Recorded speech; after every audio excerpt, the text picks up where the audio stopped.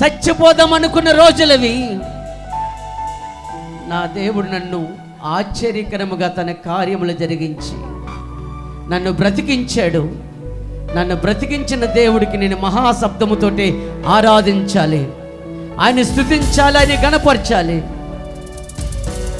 నేను మనుషులతో ఉండడానికి కాదు నేను ఈ స్థలానికి వచ్చింది. నా డాడీని గణపరచాలి, నా నాన్నను గణపరచాలి. చీకట్లో నుండి ఆశ్చర్యకరమైన తన వెలుగులోనికి నడిపించిన యేసునాథుని ఆరాధించటానికి, యేసునాథుని గణపరచటానికి నేను ఈ స్థలానికి వచ్చాను. మీ పక్క వారికి ఒక్కసారి వందనాలు చెప్పండి. మీ పక్క వారికి ఒక్కసారి వందనాలు చెప్పండి. మీ పక్క వారికి ఒక్కసారి శుభములని చెప్పండి. మీ పక్క వారిని ఒక్కసారి గౌరవించండి. మీ పక్క వారిని ఒక్కసారి. సమయం అయిపోతుంది. నేను 12:30కే ఖచ్చితంగా ముగించాలి. నేను 9:55కే మొదలుపెట్టాను.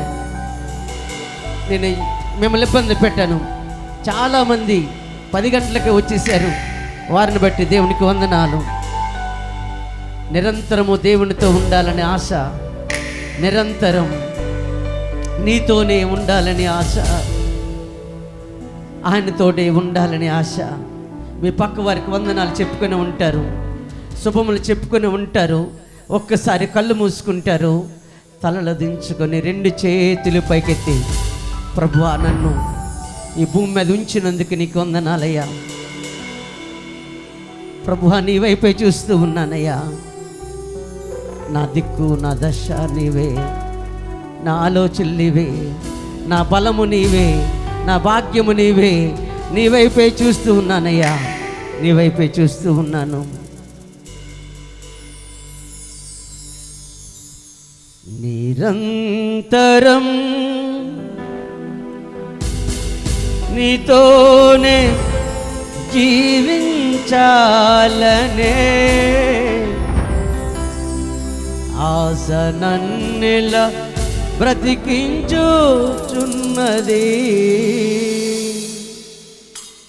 అందరికి వస్తుంది ఈ పాట. దేవుని సన్నిధి చేత, దేవుని శక్తి చేత, దేవుని మాట చేత మనం ఈ స్థలంలో నిలబడ్డాం. కృపగల దేవుడు, దయగల దేవుడు, కనికరము గల దేవుడు ఈ శ్రేష్టమైన దినాన్ని మనకు అనుగ్రహించాడు.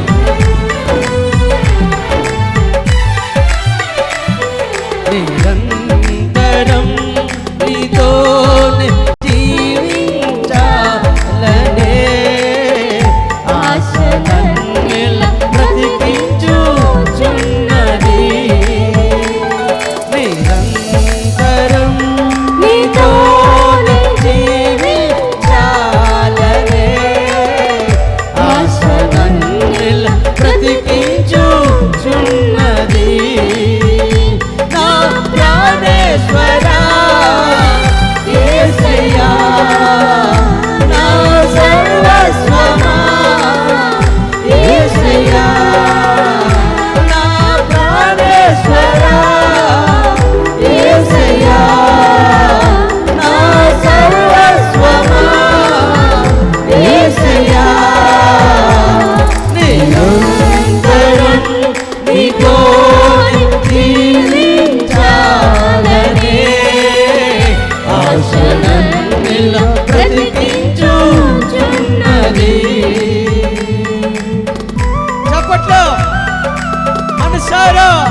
హృదయపూర్వకంగా ఆయన శక్తి చేత, ఆయన బలము చేత, ఆయన అభిషేకము చేత ఇక్కడ ఉన్నావు.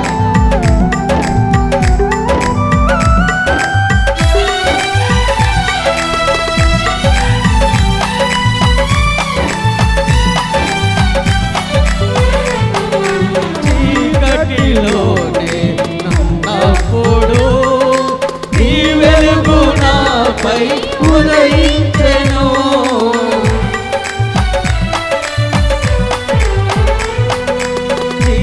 చీకటిలోనే ఉన్నప్పుడు నీ వెలుగు నాపై ఉదయించెను. నీలోనే నేను వెలగాలని, నీ మహిమ నాలో నిలవాలని, నీలోనే నేను వెలగాలని, నీ మహిమ నాలో నిలవాలని.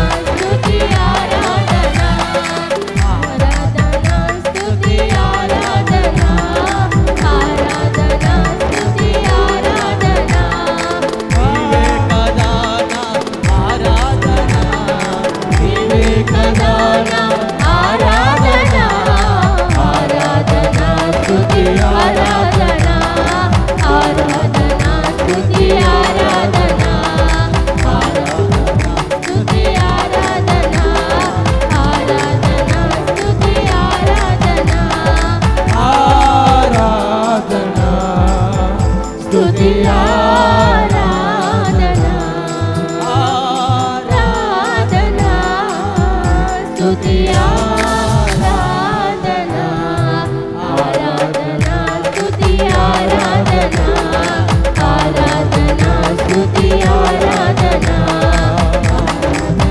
స్తుతి ఆరాధన ఆరాధన స్తుతి ఆరాధన హల్లెలూయా హల్లెలూయా స్తోత్రము హల్లెలూయా హల్లెలూయా స్తోత్రము హల్లెలూయా హల్లెలూయా స్తోత్రము సూర్యునిలో చంద్రునిలో తారలలో ఆకాశములో సూర్యునిలో చంద్రునిలో తారలలో ఆకాశములో మహిమా మహిమా ఆ యేసుకే మహిమా మహిమా ఆ యేసుకే మహిమా మహిమా ఆ యేసుకే మహిమా మహిమా ఆ యేసుకే స్తోత్రము హల్లెలూయా హల్లెలూయా స్తోత్రము హల్లెలూయా హల్లెలూయా స్తోత్రము హల్లెలూయా హల్లెలూయా స్తోత్రము హల్లెలూయా హల్లెలూయా స్తోత్రము హల్లెలూయా హల్లెలూయా స్తోత్రము హల్లెలూయా హల్లెలూయా హల్లెలూయా హల్లెలూయా స్తోత్రము హల్లెలూయా హల్లెలూయా స్తోత్రము మహిమ ఎల్లప్పుడూ దేవునికి చెందము హల్లెలూయా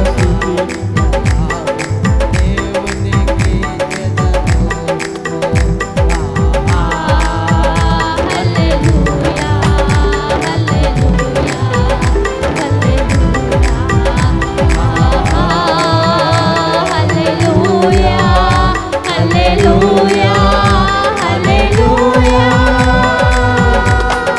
హల్లెలూయా స్తుతి మహిమ ఎల్లప్పుడూ దేవునికి చెందము హల్లెలూయా స్తుతి మహిమ ఎల్లప్పుడూ దేవునికి చెందము ఏమవుదునో మౌదులో నేనేమౌదునో ఆరాధన స్తుతి ఆరాధన ఆరాధన స్తుతి ఆరాధన ఆరాధన స్తుతి ఆరాధన ఆరాధన స్తుతి ఆరాధన ఆరాధన స్తుతి ఆరాధన ఆరాధన ఆరాధన ఆరాధన స్తుతి ఆరాధన ఆరాధన స్తుతి ఆరాధన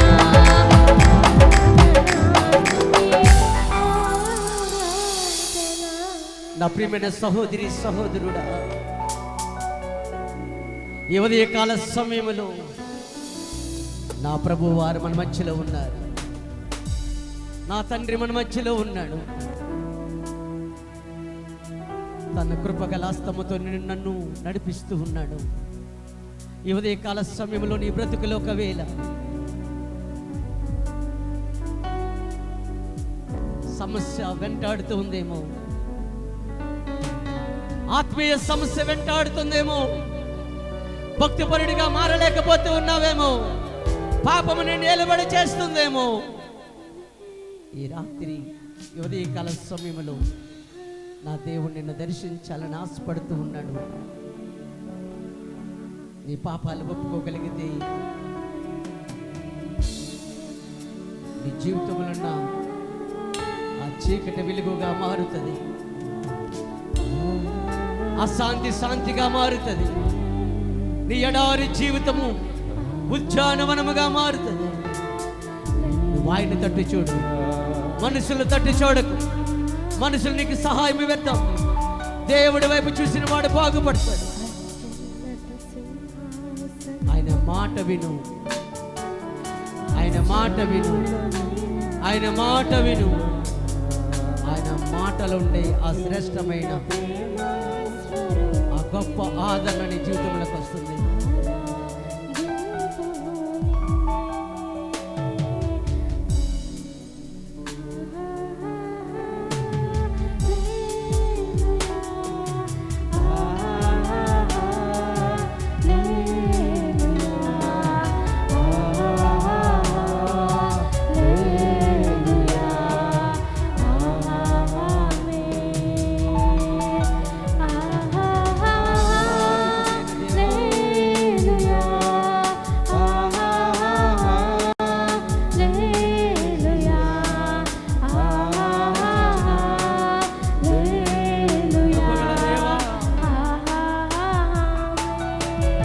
ఒకసారి అందరూ చేతుల పైకెత్తి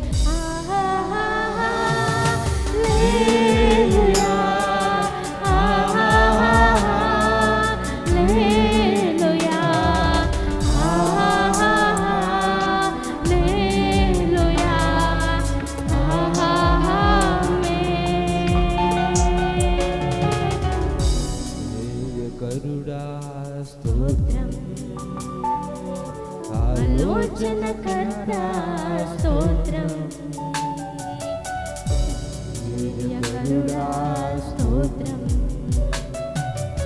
ఆలోచనకర్త స్తోత్రం బలమైన దేవా నిత్యుడవు తండ్రి సమాధానమధిపతి స్తోత్రం బలమైన దేవా నిత్యుడవు తండ్రి సమాధానమధిపతి స్తోత్రం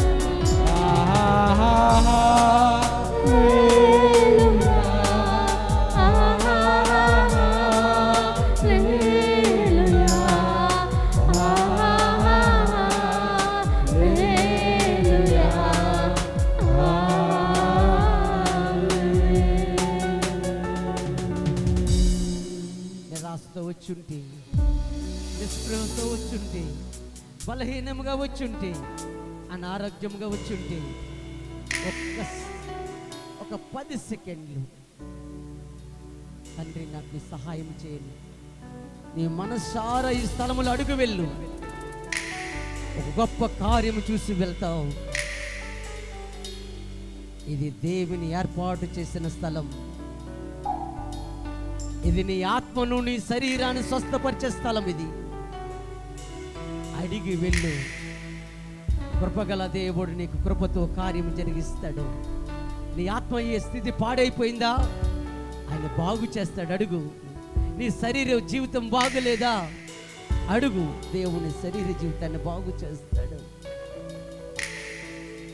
దేవానికి వందనాలు తండ్రి, నీకు వందనాలు. దేవునికి మహిమ కలుగునుగాక. దేవుని దాసులు ప్రార్థిస్తారు.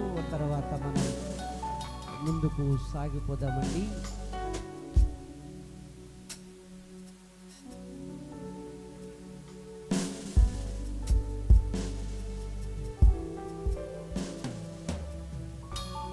అయితే ప్రార్థన చేద్దాం.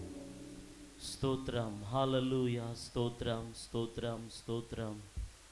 ప్రేమగల మా తండ్రి, కృపగల రాజా, నీకు వందనాలు, స్తోత్రాలు దేవా.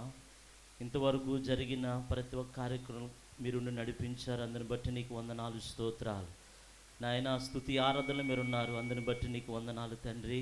నిన్న ఆత్మతో సత్యముతో ఆరాధించే భాగ్యాన్ని దేవా మీరు మాకు అనుగ్రహింప చేసిన విధానాన్ని బట్టి నీకు వందనాలు, స్తోత్రాలు. నీతిమంతుని జ్ఞాపకము చేసుకునుట ఆశీర్వాదకరమని నీ వాక్యము తెలియజేస్తుంది నాయన. ఇదిగో దేవా, నీ బిడ్డను ప్రభు జ్ఞాపకం చేసుకోవటానికి నాయన విశ్వాసులుగా, సేవకులుగా నాయన సంగముగా కూడి ఈ విధముగా దేవా నాయన నీ సన్నిధిలో గడపటానికి నీవు ఇచ్చిన కృపకాయ నీకు వందనాలు, స్తోత్రాలు. ఇంతవరకు జరిగిన ఆరాధన అంతట్లో మీరు నడిపించారు. ముందున్న కార్యక్రమం కూడా మీరు నడిపించి సహాయం దయచేయమని నాయన నీ దైవజనులు దూర ప్రాంతం మీరు మా మధ్యకి నడిపించారు. అందుని బట్టి నీకు వందనాలు, స్తోత్రాలు. వినగలి చెవి గ్రహించే మనసు మీరు మాకు దయచేయమని నాయన విని విడిచిపెట్టేవారుగా కాక దేవా నాయన నీ వాక్యానుసారముగా ప్రభు మేము నడుచుకున్నటకు సహాయం దయచేయమని మీరే కృప చూపించి మహిమ తెచ్చుకొనమని, ఘనత మహిమ ప్రభావాలు మీరే పొందమని యేసు నామములో వేడుకొనుచున్నాము తండ్రి. ఆమేన్. దేవునికి స్తోత్రం. ప్రార్థించిన దైవజనులకు నిండు వందనాలండి. అలాగే కూర్చుందామండి. సమయం చాలా షార్ట్ ఉంది. ఎవరు కూడా దీర్ఘ ప్రసంగాలు చేయరు. మీరు ఎవరు భయపడకండి. అందరూ మా రక్త సంబంధికులే. నేను 12:30కే క్లోజ్ చేస్తాను, మీకు మాట ఇచ్చాను. అదే మాదిరిగా క్లోజ్ చేస్తాం. మన మధ్యలో దైవజనులు ఉన్నారు. వారు తలో 10 నిమిషాల పాటు జీవ మరణాల గురించి చెప్పి మనందరినీ కూడా ప్రోత్సహించి బలపరుస్తారు. ఎవరో ఒక ఆయన ఇందాక అంటూ, మీ వాక్యం వినడానికి వచ్చామండి అని. నేను ప్రతి ఆదివారం సాయంత్రం ఇక్కడికి వస్తాను. వాక్యం వినాలనుకున్న వారు ఇక్కడ రావచ్చు. కానీ ఈరోజు ఒక ప్రత్యేకమైన కార్యక్రమం. మా మామయ్య గారు అనగా నాకు పిల్లనిచ్చిన మామగారు ఈరోజు చనిపోయే సంవత్సరం అవుతూ ఉంది. అది మొదటి జ్ఞాపకార్థ కూడిక కాబట్టి ఈ కార్యక్రమాన్ని ఇలా ఏర్పాటు చేయడం జరిగింది.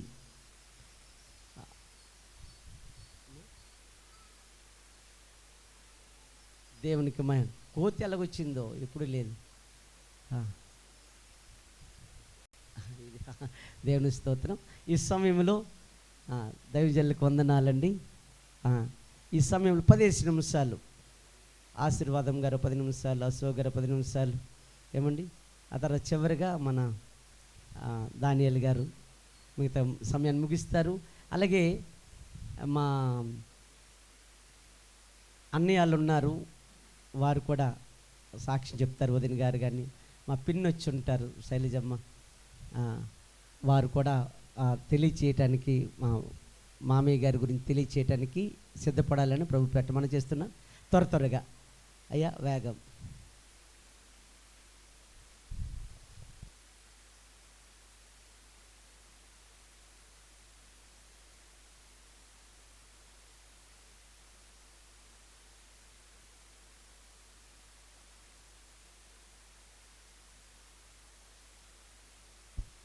దేవునికి మహిమ కలుగునుగాక.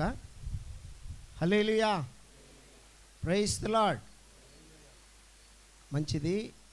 ప్రేమైనటువంటి జీవము కలిగిన దేవుని కుటుంబమా, మేము కొంత లేట్ అయింది. మీరందరూ చాలాసేపు అయింది వచ్చి. అయితే ఏ మాట మాట్లాడినా ఇప్పుడు లేట్ అయిపోద్ది. కాబట్టి డైరెక్ట్గా ఏదైతే మనము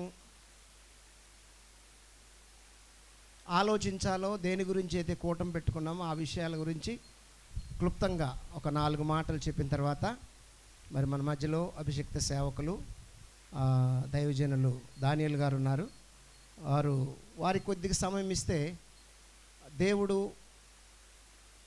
కొన్ని విషయాలు మనతో మాట్లాడతాడు. దేవునికి స్తోత్రం కలుగును గాక. అయితే డైరెక్ట్ అయిపోదాం. ఇప్పుడు జోసఫ్ గారు గురించి మీకు చాలామందికి తెలుసు. పాత పేరు దుర్గారావు గారిగా ఉన్నప్పుడే నాకు తెలుసు. అయితే వారు మొదటి నుంచి ఎటువంటి వ్యక్తి అని మనం ఆలోచిస్తే చాలా యథార్థంగా ఉంటారు. మాటల్లో కానీ, చేతల్లో కానీ, క్రియల్లో కానీ చాలా యథార్థంగా ఉంటారు, యథార్థవంతులు. అయితే దేవుణ్ణి నమ్మే విషయంలో కూడా కాస్త ప్రశ్నిస్తూ నమ్మాడు. ఎందుకంటే దేవుణ్ణి నమ్ముకున్నవారు ఎవరు నీతిగా ఉన్నారు, దేవుడిని నమ్ముకున్నవారు ఎవరు పరిశుద్ధంగా ఉన్నారు, దేవుణ్ణి నమ్ముకున్నవారు తప్పులు చేయట్లేదా, దేవుణ్ణి నమ్ముకుంటే యథార్థంగా ఉండాలి అని దేవుణ్ణి నమ్ముకోకముందు ప్రశ్నించేవారు. మొత్తం మీద వారు దేవుని చేత పట్టబడిన తర్వాత వారు బాప్తిసం పొందారు. బాప్తిసం పొందిన తర్వాత మరి దేవునిలో దేవుని సేవకు సహకరించేవారు. దేవుని సేవకు సహకరించడానికే ఈ ప్రాంతానికి వచ్చారు జోసఫ్ గారు. ఈ ప్రాంతానికి ఎందుకు వచ్చారంటే ఆశ్రయపురం ఒకటి కట్టాలి, ఆశ్రయపురంలో దేవుని పని జరగాలి. అయితే ఆశ్రయపురం అనే ఆ స్థలాన్ని దేవుడు ఇచ్చాడు కాబట్టి అది ఎవరు లేని స్థలముగా ఉండకూడదు, నేను వెళ్తాను అని చెప్పేసి వారు ఇక్కడికి వచ్చి ఇక్కడ కట్టబడినటువంటి రూమ్లో ఆ ఉన్న రూమ్ను కాస్త డెవలప్ చేసుకొని ఈ రూమ్లో ఉంటూ మరి ఈ ప్రాంతాన్ని ఇక్కడ ఉన్నటువంటి మొక్కలకు నీళ్ళేస్తూ, లేదంటే ఇంకొక మనిషి పాపినాయుడు అనే వ్యక్తి ఉండేవారు, పాపినాయుడు, ఆయన్ని సపోర్ట్ తీసుకొని ఈ ప్రాంతంలో చక్కగా వారు ఏం చేశారంటే ఆశ్రయపురానికి చాలా ఆయన వంతు ఆయన చాలా పనిచేశారు. ఆ పనిచేస్తూ ఉంటూ మరి ఈ ప్రాంతంలోనే ఉండి యేసు ప్రభుని నమ్ముకున్న తర్వాత వారు ప్రభు పిలుచుకుంటే దేవుని సన్నిధానానికి చేరారు. అయితే ఈ జోసెఫ్ గారిని గురించి కొంతమంది సేవకులతో సైతము ఏమనుకుంటున్నారంటే, పాస్టర్ ఆండ్రోస్ గారు లేదంటే పాస్టమ్మ గారు లేదంటే మాలతమ్మ గారు మాణిక్కమ్మ గారు జోసెఫ్ గారిని పోగొట్టుకున్నారు అంటున్నారు. ఏం చేశారంట? పోగొట్టుకున్నారు. జోసెఫ్ గారిని పోగొట్టుకోలేదు. ఎందుకు పోగొట్టుకోలేదంటే, యేసే నిజమైన దేవుడని, నన్ను సృష్టించిన సృష్టికర్త యేసేనని, అనేక మంది దేవతలు ఉన్నప్పటికీ దేవుడు ఒక్కడేనని, నా నిర్మాణకుడు యేసేనని సొంత రక్షకునిగా అంగీకరించి యేసు ప్రభులో ఆయన నిద్రించారు. అందుకే ప్రకటన గ్రంథంలో 14వ అధ్యాయము 13వ వచనంలో క్రీస్తునందు మృతులైన మృతులు ధన్యులు అంటే ఒక ధన్య జీవితాన్ని సంపాదించుకున్నాడు. ఈ ధన్య జీవితాన్ని సంపాదించుకున్నాడు కాబట్టి ఈ ధన్య జీవితము జోసెఫ్ గారికి లభించింది. జోసెఫ్ గారిని ఎవరూ పోగొట్టుకోలేదు. పాస్టమ్మ గారు, తరంగని పాస్టమ్మ గారు, తర్వాత వాళ్ళ చెల్లి, తర్వాత మాలతమ్మ గారు, అలాగే అల్లుడు గారు, ఇంకా కుటుంబీకులు ఎవరైనా సరే వారిని పోగొట్టుకోలేదు. ఎందుకు పోగొట్టుకోలేదంటే, ఓ పెద్ద దైవజనుడు ఇలా సాక్ష్యం ఇచ్చాడు. ఏమైనా సాక్ష్యం ఇచ్చాడంటే, ఆ దైవజనుడి యొక్క అమ్మగారు ఇంకొక ఆమె వారు కలిసి చదువుకున్నారు, తర్వాత కలిసిమెలిసి ఉన్నారు. ఆ తర్వాత పెద్దవారు అవుతారు కదా, వివాహాలైన తర్వాత వారు చాలా రోజులు ఇది చూడకపోలేదంట, దైవజనుని యొక్క తల్లిగారిని చూడలేదంట. మధ్యలో ఎక్కడో ఒక ఇలాంటి కూటంలో కలిస్తే ఆమె అడిగారంట, బాబు నువ్వు పలాని ఆమె కొడుకు కదా, అయితే అమ్మగారు ఎలాగున్నారు బాబు అని చెప్పేసి అడిగారంట. అమ్మగారు ఎలాగున్నారు అంటే ఆయన ఏం చెప్పారు తెలుసా? చాలా బాగున్నారు అని చెప్పారంట. ఓహో అడిగానని చెప్పు అన్నారంట. చాలా బాగున్నారు అంటే అడిగానని చెప్పమన్నారంట. అడిగానని చెప్పమంటే ఈవిడ నమ్మేసి వెళ్ళిపోయింది, బాగానే ఉన్నారు కదా అని చెప్పేసి. మళ్ళీ మరొకసారి కలిసినప్పుడు మళ్ళీ అలాగ అడిగితే చాలా బాగున్నారని చెప్పారంట. చాలా బాగున్నారా అంటే ఆమెకేం చాలా బాగున్నారని. ఆ తర్వాత ఏమేం చేసిందంటే ఇంకొకరి దగ్గర తెలుసుకుంది. ఇంకొకరి కుటుంబానికి వెళ్ళినప్పుడు మరి ఓ ప్రస్తావనలు వస్తాయి కదా కుటుంబాల గురించి. ఆ కుటుంబాన్ని గురించి మాట్లాడుతూ పలానా కుటుంబము మరి ఆ అబ్బాయి మొన్న కనిపించాడు, కనిపిస్తే ఆమె చాలా బాగుందంట కదా అని చెప్పేసి అంటే, ఓ పిచ్చిదాని నీకెవరు చెప్పారు, ఆమె చనిపోయి ఆమె ప్రభునందు నిద్రించి 3 సంవత్సరాలు అయింది అంటే, అదేంటి ఆ అబ్బాయి అలా చెప్పాడు, ఎందుకు అలా చెప్పాడని చెప్పేసి ఇక్కడ కంగారు పడదంట. కంగారు పడుతూ వచ్చి ఆయన అడిగితే, బాబు అమ్మ బాగుందన్నావు కదా అంటే, అవును చెప్పాను, అమ్మ బాగుందని చెప్పాను, బాగలేదా అంటే, చనిపోయిందంట కదా అంటే, అరే ఈ లోకం నుంచి చనిపోయింది, ఈ లోకాన్ని విడిచిన తర్వాత పరలోకంలో దేవుని దగ్గర చాలా బాగుంది, సురక్షితంగా ఉంది, భద్రపరచబడి ఉంది, ధన్యురాలై ఉంది. ఆమె ఆ లోకంలో బాగుంది. నువ్వు అడిగేది తేడా. నువ్వు అడిగేటప్పుడు ఈ లోకంలో బాగుందా పరలోకంలో బాగుందని అడగలేదు. నువ్వు బాగుందా అంటే బాగుందన్నాను. కాబట్టి దేవుని నమ్ముకున్నటువంటి వారు ధన్యులు. దేవుని యేసుక్రీస్తులో జన్మించిన వారు ఈ లోకాన్ని విడిస్తే మరొక లోకం ఉంది, పరలోకము. ఆ పరలోకంలో వారు ఏం చేస్తారంటే మొదటగా నీతిమంతుల ఆత్మల దగ్గర ఉంటారు. ఆ తర్వాత ఆ ప్రకటన గ్రంథంలో రాయబడినటువంటి ఆ ప్రకారమే వారి క్రియలు వారి వెంట వెళ్తాయి. ఆ క్రియలకు తీర్పు ఉంటుంది. ప్రతి ఒక్కరికి, నాకు ఉంటుంది, నీకు ఉంటుంది, అందరికీ ఉంటుంది. ఆ తీర్పులో ఇంకా బహుమానాలు పొందొచ్చేమో కానీ యేసు క్రీస్తులో నీటి బాప్తీసం పొందిన ప్రతి ఒక్కరూ వారు ఈ లోకాన్ని నిడిస్తే వారు ఏం చేస్తారు తెలుసా? నీతిమంతుల ఆత్మల దగ్గరికి మూడో ఆకాశానికి కొనుపోబడి ఈ శ్రమలు, ఈ కష్టాలు, మనం పడే బాధలు, మనం పడే నిందలు, మనం పడే సికాకులు పడకుండా సురక్షితంగా హ్యాపీ జీవితం వాళ్ళు జీవిస్తూ ఉంటారు. కాబట్టి ఈరోజు ఎక్కడున్నారు జోసెఫ్ గారు అంటే నీతిమంతుల ఆత్మల దగ్గర ఉన్నారు. ఎవరైనా పోగొట్టుకున్నారంటే అదేంటి పాస్టర్ గారు, అదేంటి బ్రదర్ పోగొట్టుకున్నారంటారు? మేము పోగొట్టుకోలేదు. యేసు ప్రభువుని తెలుసుకున్న వారు పోగొట్టుకారు, ఈ లోకాన్ని విడిచి మరొక లోకానికి వెళ్తారు. చూడండి, మొన్నటిదాకా ఒక ఆయన బొంబాయిలో పనిచేస్తారు. ఆయనకు ఆ ఉద్యోగం గవర్నమెంట్ ఉద్యోగం, సెంట్రల్ గవర్నమెంట్ ఉద్యోగం చేస్తారు కాబట్టి ఇప్పుడు విశాఖపట్నం వచ్చారు, రైల్వేలో చేస్తున్నాడు. అంటే ఆ ప్రాంతం నుంచి ఈ ప్రాంతంకు మారిపోయాడు, ట్రాన్స్ఫర్ అయ్యాడు అంతే. లేదంటే కొంతమంది అమెరికా వెళ్తారు, అమెరికా నుంచి ఇక్కడికి వస్తారు. మొన్న సింగపూర్లో పని చేసి వచ్చారు, ఒక బ్రదర్ చేసి వచ్చారంట. వారు ఇక్కడ సేవ చేయడానికి వచ్చారంట. అంటే మొన్నటిదాకా అక్కడ ఉన్నారు, ఇప్పుడు ఇక్కడికి వచ్చారు. అంటే క్రైస్తవ జీవితం ఎలాంటిదంటే ఈ నివసిస్తున్నటువంటి లోకాన్ని విడిచి మరొక లోకానికి వెళ్ళేదే యేసు క్రీస్తుని నమ్ముకోట. జోసెఫ్ గారు ఖచ్చితంగా అక్కడ ఉంటారు, నేను చూస్తాను, మీరు చూస్తారు, మనందరం కలుసుకుంటాము.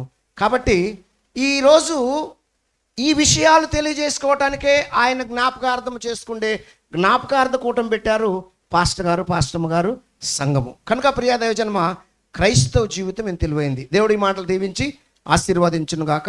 చక్కటి సమయం ఇచ్చినటువంటి దైవజనులకి, స్థానిక సంఘ కాపరికి, అలాగే ఈ కూటము తానే కొడుకుగా నిలబడి జరిపిస్తున్నటువంటి మా మిత్రులు ఆండ్రూస్ గారికి వందనాలు, అందరికీ వందనాలు. God bless you. దేవుడు మిమ్మల్ని దీవించును గాక. తెలియజేసిన దైవజనులకు నా నిండు వందనాలండి. మరి ఈ కోటాన్ని మేము కాదు ఏర్పాటు చేసింది, మాణిక్యమ్మ గారు. దేవుని స్తోత్రం. ఇందులో ప్రతి విషయము కూడా మాణిక్యమ్మ గారిదే, ప్రతి రూపాయి కూడా. దేవునికి మహిమ కలుగును గాక. ఈ సమయంలో జోసెఫ్ అసక్ గారు వస్తారు.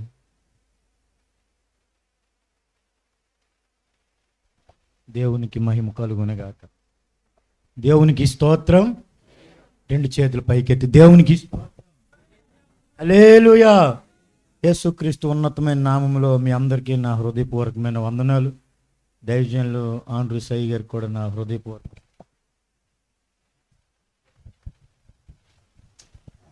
వందనాలు చెల్లిస్తున్న స్నేహితురా. ఒకే ఒక మాట నేను ఎక్కువ సమయం తీసుకుని, ఎందుకంటే దైవజనులు డానియలయ్య గారు అయితే మరి కొన్ని విషయాలు మనకు తెలియపరుస్తారు కాబట్టి ఒక్క మాటే నేను చూపిస్తాను. బైబిల్ గ్రంథంలో బాగా వినాలి మాట. బైబిల్ గ్రంథంలో చనిపోతూ ప్రార్థన చేసుకున్న వారు ఉన్నారండి. ఇంక అయిపోయింది ఆయన పని. ఆ సమయానికి ఇంక ఆయన చనిపోతారు. చనిపోతూ కూడా ప్రార్థన చేసుకున్న ఒక ఆయన మీ ముందుకు నేను తీసుకొస్తాను. ఆయన విశ్వాస వీరుల్లో కూడా ఆయన ఉన్నాడు. ఎవరున్నారంటే 11:32 హెబ్రీలకు రాసిన పత్రిక చూడండి ఒక్కసారి. హెబ్రీలకు రాసిన పత్రిక 11:32 ఈ మాట చెప్పి ముగించేస్తాను స్నేహితులారా. సమయము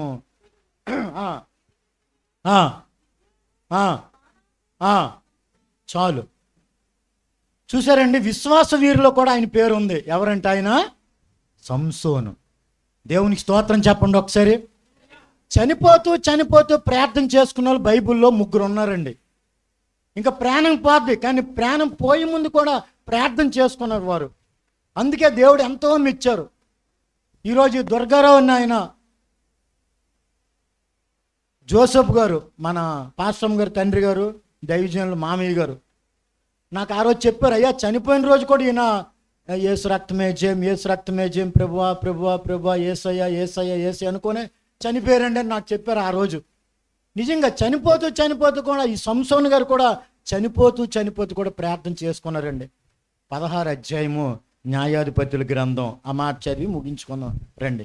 న్యాయాధిపతుల గ్రంథం 16 అధ్యాయము 30 మరణ కాలం ముందు అతడు అని ఉంది అక్కడ చూసారా. 16:30 మరణ కాలం ముందు. 28 అప్పుడు సంసోను, ప్రభువా యెహోవా దయచేసి నన్ను జ్ఞాపకం చేసుకొనుము. చూసారండి, చనిపోతూ చనిపోతూ కూడా పాపాలు ఒప్పుకొని, చనిపోతూ కూడా ఆయన జీవితం జ్ఞాపకం చేసుకుంటూ, చనిపోతూ కూడా ప్రభా నువ్వు తప్ప దిక్కులేదు ప్రభా, ఈ భూప్రపంచంలో ఇన్ని రోజులు నన్ను బ్రతికించో, నా పాపము, నా అల్లరిచల్లరి, నా దూషణ, నా వ్యతిరేకత, నా తిరుగుబాటు ఇవన్నీ కూడా మీ కృపలో నన్ను క్షమించావు ప్రభా. ఈ చివరి క్షణంలో ఇంకేమైనా ఉన్నా సరే దయచేసి నన్ను జ్ఞాపకం చేసుకొని మీ పరలోక రాజ్యానికి, మీ నిత్య నివాసానికి నన్ను వారసులుగా చేసుకోండి ప్రభా అనుకుని చివరి క్షణంలో కూడా చనిపోతూ ప్రార్థన చేసుకున్నాడండి ఆయన సంసోను గారు. మన జీవితంలో, క్రైస్తవుడి జీవితంలో మరి ముఖ్యంగా 60 సంవత్సరాలు దాటిన ప్రతి ఒక్కరు కూడా 60 సంవత్సరాలు దాటిన ప్రతి ఒక్కరు కూడా మరణం గురించి ప్రార్థన చేసుకోవాలి. మరణం గురించి ప్రార్థన చేసుకోవాలి. ప్రభా మంచి మరణం ఇవ్వండి ప్రభా. లోకంలో మరణాలు ఉన్నాయి. యాక్సిడెంట్లో చనిపోయిన వాళ్ళు ఉన్నారు, ఉరి పోసుకొని చనిపోయిన వాళ్ళు ఉన్నారు, కిరసనాలు తగలబెట్టుకొని చనిపోయిన వాళ్ళు ఉన్నారు. ఆలోచించండి, లోకంలో మరణాలు ఉన్నాయి, కానీ యేసుక్రీస్తు వారి మరణమే అది ఆశీర్వాదకరం. దేవునికి స్తోత్రం. అందుకే తన భక్తుల మరణము యెహోవా దృష్టికి విలువైందంటండి. 116:15 ఆయన దృష్టికి విలువైన మరణం ఏంటంటే ఆయన యందు భయభక్తులు కలిగిన మరణమే. సంసోను గారు చివరి క్షణంలో కూడా ప్రార్థన చేస్తూ లాస్ట్కి ఆయన జీవితం ముగించారు. అయినప్పటికీ కూడా 11:32 విశ్వాస వీరుల పేరులో ఆయన పేరు దేవుడు రాయించాడు. ఎందుకంటే నా జీవితంలో ఒక్కరు కూడా నీతిమంతులు లేరు. నేను చెప్తే అబద్ధం, ప్రభువే చెప్పారు. దేవునికి స్తోత్రం కలుగును గాక. ఆ నీతిమంతుడైన యేసుక్రీస్తు దగ్గరికి వస్తే మనము కూడా నీతిమంతులుగా తీర్చబడి మరణం వరకు నమ్మకంగా ఉండే, మరణం వరకు ప్రతి విషయంలో కూడా ఆయనకే మన జీవితం సమర్పించుకుంటూ ఎవరైతే బ్రతుకుతారో ఖచ్చితంగా నిత్య జీవంలో వారు ఉంటారు. దేవునికి మహిమ కలుగును గాక. స్టెఫను కూడా మరణిస్తూ ప్రార్థన చేస్తూ మరణించాడు. యేసు ప్రభు వారు కూడా ప్రార్థన చేస్తూ మరణించాడు. అదే చివరి 7 మాటల్లో చివరి మాట 23:46 లోకాసు వార్తలో, అయ్యా నా ఆత్మ నీకు అప్పచెప్తున్నాను తండ్రి. చనిపోతూ కూడా మరణిస్తూ కూడా ప్రార్థన చేస్తూ చనిపోయాడండి. స్టెఫను కూడా చనిపోతూ ప్రార్థన చేస్తూ, ప్రభా వీరు ఏం చేస్తున్నారో వీళ్ళకి తెలియట్లేదు ప్రభా, ఈ పాపం వీరి మీద మోపొద్దు ప్రభా అని తండ్రికి ప్రార్థన చేస్తూ యేసు ప్రభు అని దమ్మున్న దైవజనుడు అండి ఆయన. అంటే దైవజనుడు కాదు, ఒక మంచి సంఘంలో ఒక భక్తిపరుడండి ఆయన. మరణిస్తూ ఆయన కూడా యేసు ప్రభు అని నోటారా చివరి క్షణంలో చెప్పి చనిపోయాడండి స్టెఫను. యేసు ప్రభు కూడా నా ఆత్మని నీకు అప్పచెప్పుకుంటాను తండ్రి అనుకుని చివరి క్షణంలో చనిపోయాడండి. సంసోను కూడా ప్రభా నన్ను జ్ఞాపకం చేసుకోండి ప్రభా, చనిపోతున్నాను ప్రభా, నా పాపాలు నా అతిక్రమలు క్షమించండి ప్రభా. చివరి క్షణంలో కూడా మరణిస్తూ ప్రార్థన చేస్తూ చనిపోయాడు. నా సహోదరులారా, నా స్నేహితులారా, యేసుక్రీస్తు నామములో మీకు కూడా నా హృదయపూర్వకమైన వందనాలు. మరణించినప్పుడే ప్రార్థన కాదు, మనం ఏ రోజు అయితే యేసుక్రీస్తుని అంగీకరించామో మరణం వరకు చివరి వరకు నమ్మకంగా క్రమంగా ప్రార్థన వాక్యము వాటితో పాటు సహవాసము ఏ రోజు కూడా విడిచిపెట్టకుండా నమ్మకంగా జాగ్రత్తగా బ్రతుకుదాం. ఇక్కడ కళ్ళు మూస్తే పరలోకంలో కళ్ళు తెరుస్తాం. నమ్మకంగా ఉందాం. మహాదేవునికి, సంఘానికి, సహవాసానికి జాగ్రత్తగా ఉందాం. మీకు ఇచ్చిన దైవజనులకి మీరు నమ్మకంగా ఉండండి, మీరు ఇచ్చిన సహవాసానికి మీరు నమ్మకంగా ఉండండి. దేవుడు అట్టి కృప దేవుడు దయచేసి దీవించును గాక. ఆమేన్. చక్కటి మాటలు తెలియజేసిన అశోక్ గారికి నా నిండు వందనాలండి. వారికి వారి పరిచర్యకి ప్రభు కృప నిత్యముండును గాక. ఈ సమయంలో మనం కాస్త ముందుకు వెళ్దాం. మరి ఎప్పుడు ముగిస్తే అప్పుడే 12:30 అంతే కదండి. మరి అందరు కొద్దిగా లేటుగా వచ్చారు. నేనైతే కరెక్ట్గానే మొదలుపెట్టాను. దేవుని స్తోత్రం. ఏమండి, ఎవరికైనా ఆకలి వేస్తే ఇంకా భోజనం కూడా రాలేనట్టుంది. వాళ్ళు ఎప్పుడు వస్తే అప్పుడే భోజనం. దేవుని స్తోత్రం. ఓకే, ఊరికి అంటూ ఉన్నాను, సమయానికి ముగిద్దామండి. మా మధ్యలో మరి నన్ను చిన్నప్పుడు పిడికిడి అన్నం పెట్టి పోషించినటువంటి సుకుమారయ్య గారు ఉన్నారు. నేను ఏ జిల్లాలోకి వెళ్ళి పరిచర్య చేసిన మరి ఆయన నేను మరవను. దేవుని స్తోత్రం. నేను అటు విజయవాడ, విశాఖపట్నం, విజయనగరం ఈ 3 ప్రాంతాల్లో 3 సంఘాలు స్థాపించి సేవ చేస్తున్నప్పటికీ మరి నన్ను ఆ మొదటి దినాల్లో, నా ఆరంభ దినాల్లో నన్ను ప్రోత్సహించి పెంచి, ముఖ్యంగా మా తల్లి పద్మమ్మ వారి ఒళ్ళోనే ఎక్కువగా ఉండేవాడిని. మా శాంతి కన్నా నన్ను ఎక్కువగా ఒళ్ళో కూర్చిపెట్టుకుండేవారు. మరి అలాంటి కుటుంబాన్ని దేవుడు నాకు ఇచ్చాడు చిన్నప్పుడు. వారి సమయంలో కొన్ని మాటలు తెలియచేస్తారు. అది విని దేవుని గణపరచుదాం.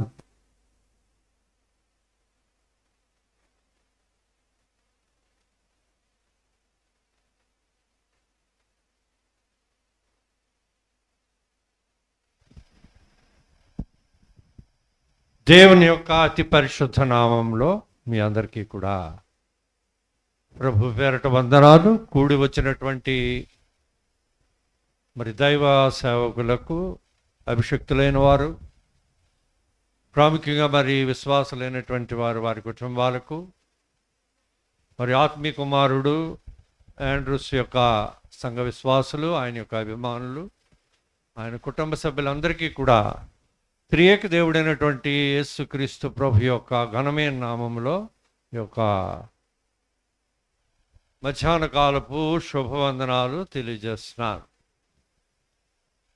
మరి ఆండ్రూస్కి మరి నా మీద కానీ నా కుటుంబం మీద ఆయనకున్నటువంటి ఎనలేనిటువంటి అభిమానం బట్టి, ఒక ప్రేమ బట్టి నేను దేవునికి కృతజ్ఞత చెల్లిస్తున్నాను.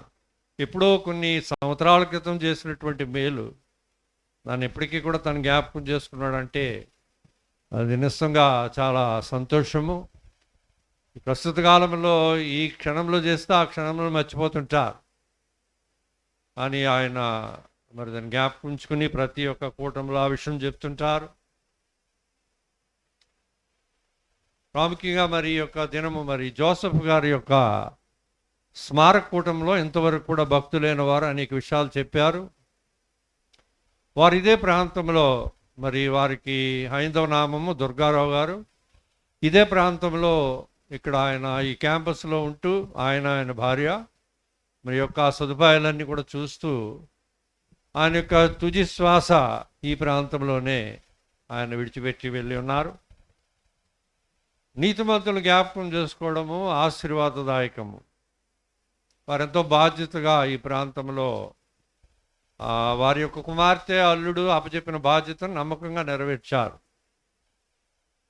మరి దీనికి ప్రప్రథమంగా పునాది వేయటంలో అన్ని విషయాల్లో కూడా వారు ఇక్కడ ఉండి ఈ పరిచర్యలో పాల్గొన్నారు.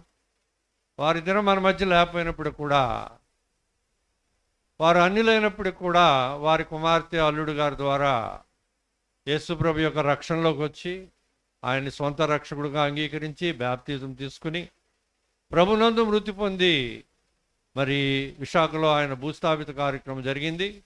ఆ దినంలో మరి వెళ్ళైపోయినప్పుడు కూడా ఈ దినం మరి తప్పగా రావాలో, మరి ఆ కుటుంబాన్ని కొంచెం పరామర్శ చేసి వారిని బలపరచాలనే ఉద్దేశంతో నేను రావడం జరిగింది. మరి ఆండ్రూస్ యొక్క పరిచర్య లేక జీవిత విధానం మనం చూస్తే మొదటిది తనకి సాటి అయిన సహకారాన్ని దేవుడు అనుగ్రహించాడు. ఎప్పుడు అది ఆలోచిస్తుంటాను. మరి చక్కటి అర్థం చేసుకున్నటువంటి భార్య, అన్ని విషయాల్లో సహకరించేటువంటి భార్య, పరిచర్యలో చేదోడువాదుడుగా ఉన్నటువంటి భార్యను దేవుడు అనుగ్రహించాడు. ప్రాముఖ్యంగా యవనస్తుల్ని బాగా మోటివేట్ చేసి ఆవిడ వారిని ఒక టీం లాగా, మరి కొన్ని సంవత్సరాల క్రితం మా క్యాంపస్లో వారి మీటింగులు మరి సంబరాల నిమిత్తం ఉండేవారు. అప్పుడు చూసినప్పుడు ఆ యవనస్తులందరూ ఆవిడతోనే వచ్చేవారు, మళ్ళీ ఆవిడతోనే వెనక్కి వెళ్ళేవారు. ఆ మోటివేషన్ అన్నది వారిని ఒక క్రమపద్ధతిలో నడిపించడము, వారిని తర్బీదు చేయడంలో దేవుడు ఆవిడకు ఒక తలాంతును దయచేస్తున్నాడు. మరి ఇప్పుడు కూడా ప్రార్థన చేసేవాళ్ళం. ఆండ్రూస్కి మరి సేవ ఏళ్ళు ఆసక్తి కలిగి ఉంది కాబట్టి సేవను ప్రోత్సహించేటువంటి భార్య రావాలా. ఇరువురు కూడా ఏ ప్రాంతంలోనైనా నమ్మకంగా సేవ చేయాలంటే భార్య యొక్క సహకారం చాలా అవసరమై ఉంది. చాలా కుటుంబం వాళ్ళలో భర్త ఒక వైపులో అయితే భార్య ఒక వైపులో అవుతుంటుంది. అటు కుటుంబాల్లో కానీ సేవా పరిచర్యలో సేవ ఫలభరితం అవ్వదు. కాబట్టి అన్ని విషయాల్లో చేదోడు వాదోడుగా ఉంటూ తను మరి ఆండ్రూస్ నడిపిస్తున్న విధానం బట్టి దేవునికే మహిమ కలుగును గాక, దేవుని నామానికి స్తోత్రం కలుగు గాక. హల్లెలూయా. మరి ఆండ్రూస్ మరి కష్టపడి పైకి వచ్చాడు. చిన్నప్పుడు ఏదో మేము సహకారం చేసి ఉండొచ్చు. వారి తండ్రి గారి ద్వారా మా లోపల మా యొక్క సంస్థలో అనేకమైన కట్టడాలు కట్టబడ్డాయి చాలా బలంగా. అవి చూసినప్పుడల్లా ఆయనే జ్ఞాపకం వస్తారు. ఎల్లయ్య గారు, గౌడ ఎల్లయ్య గారు, ఆయన కూడా యేసు ప్రభుని స్వంత రక్షకుడుగా అంగీకరించి ప్రభునందు మృతి పొందారు. బాల్యంలో మా దగ్గర ఉండి మరి అవనస్తుడైన తర్వాత ఒక పట్టుదలతో విశాఖపట్నం వెళ్ళి ఎవరి సహకారం లేకుండా తన కాలం మీద తను నిలబడి చదువుకుని మరి ఆ యొక్క పీజెస్ స్కాన్స్ యొక్క మరి వ్యవస్థాపకుల దగ్గర మంచి పేరు తెచ్చుకుని అనేక మందికి వైద్యపరంగా సేవా పరిచయం చేసి ఇప్పుడు పూర్తికాల పరిచర్యలో దేవుడు ఆయన తీసుకొచ్చాడు. ఈ మధ్యకాలంలో ఒరిస్సా రాష్ట్రంలో కూడా వాడుకున్నాడు ఆయన్ని. ఒరిస్సా కాదు, మరి అనేకమైన ప్రాంతాల్లో ఆయన దేవుడు వాడుకుంటున్నాడు. దాన్ని బట్టి నేను ఎప్పుడు కూడా ఆనందిస్తున్నాను. ఈ యొక్క మరి సువార్త విషయంలో ప్రభు మరి అనేక విశాలమైన ప్రదేశాలు మనకిచ్చాడు. సువార్త అన్నది లేక సంఘాలు సేవాభారం అనేది ఒక్కరికి సంబంధించింది కాదండి. ప్రతివారు కూడా బాధ్యతతో దేవుడు ఏ ప్రాంతాల్లో ఏర్పాటు చేశాడో ఆ ప్రాంతాల్లో నమ్మకమైన సేవ చేయవలసిన వారుగా ఉంటున్నారు. ఎందుకంటే ఏది కూడా మనం దీన్ని ఇక్కడ నుండి తీసుకుపోం.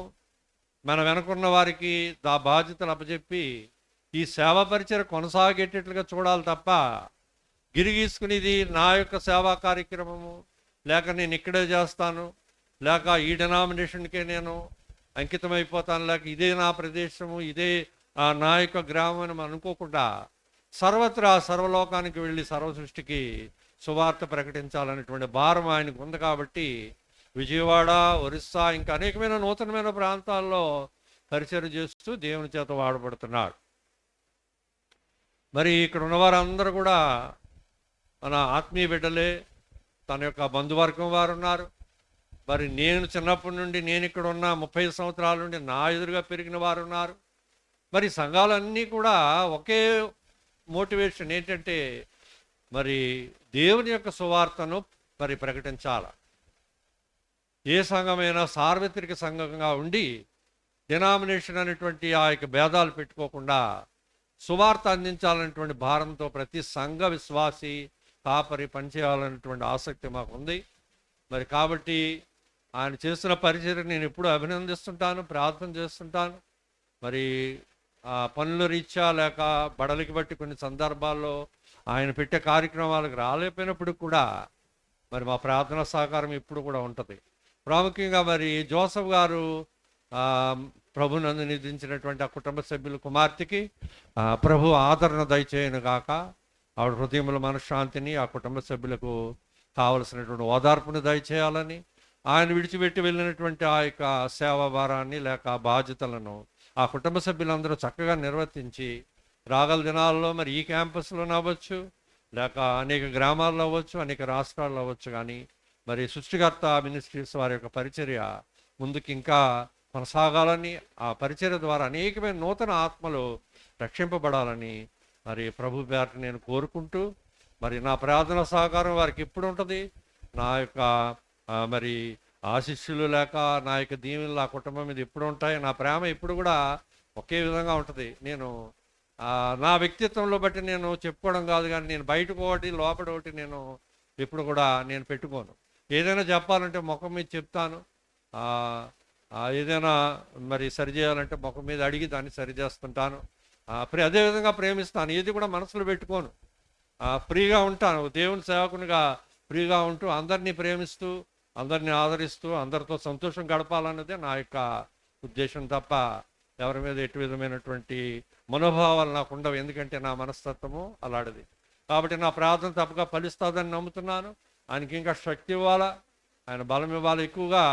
మరి ఆయన గురించి ప్రార్థన చేస్తుంటాను. ఒకప్పుడు చాలా మరి ఆరోగ్యవంతుడిగా కనబడేవాడు, కానీ ఒక్కోసారి చాలా బడలికతో నాకు కనిపిస్తాడు. అప్పుడు ఒక ఆత్మీయ తండ్రిగా నా ఉదయంలో కొంచెం బాధ కలుగుతుంది. ఎందుకంటే చాలా శారీరకంగా శ్రమ పడుతున్నాడు. ఎండనక వాననక ఈ ప్రాంతాలు తిరిగి దేవుని సేవ చేస్తున్నాడు. కాబట్టి శారీరక బడలిక ఆ మొక్క వర్చిస్తే అది మారుతుంది. ప్రభా నువ్వు ఇంకా బలపరుచు తండ్రి, మరి నువ్వు బలపరుస్తాను ఇంకా గొప్ప అద్భుత కార్యాలు చేస్తాడని నేను ఎప్పుడు కూడా ఆలోచన చేస్తుంటాను. కాబట్టి నా మాటలు దేవుడు దీవించును గాక. వచ్చినటువంటి సేవకులందరికీ కూడా ప్రభు పేరట వందనాలు తెలియజేస్తూ నా కృప్తమైనటువంటి యొక్క మాటలు ముగిస్తున్నా. దేవుడి మాటలు దీవించును గాక. యేసు నామానికి మహిమ కలుగును గాక. మరి తండ్రి గారు చెప్పినటువంటి శ్రేష్టమైన విషయాలు, వారికి నాకున్నట్టు బంధం మీకు అందరికి తెలుసు. నేను ఏ రాష్ట్రాలు వెళ్ళా, ఏ ప్రాంతాలు వెళ్ళా, నా పునాదులు ఇక్కడే కాబట్టి అది మరవటానికి అవకాశం లేదు. దేవుని యొక్క మాట, దేవుని యొక్క సత్యాన్ని ఇక్కడ కొంత నేర్చుకొని వెళ్ళాను విశాఖపట్నం. ఇప్పుడు నేను ఒరిస్సా వెళ్ళినా, ఛత్తీస్గఢ్ పోయినా, విజయవాడ వెళ్ళినా, ఏ మందిరాలు కట్టినా పునాదులైతే ఈ నీరుతోటే. దేవుని స్తోత్రం, దేవునికి మహిమ కలుగును గాక. చివరిగా మనం అమ్మా అన్నయ్య రండి, ఒక మాట బావగారి గురించి ఒక మాట చెప్తే బాగుంటుంది. అమ్మా జ్యోతి చెప్తావా? అది జ్యోతి. ఓకే, అన్నీ నేనే. మా కుటుంబం అంతా పెద్దదండి.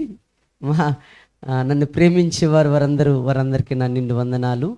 ఈ సమయంలో మరి మా రక్త సంబంధి దానియేల్ గారు, దైవజనులు, వారు దేవుని యొక్క స్వరాన్ని వినిపిస్తారు. ముందుకు వస్తారండి.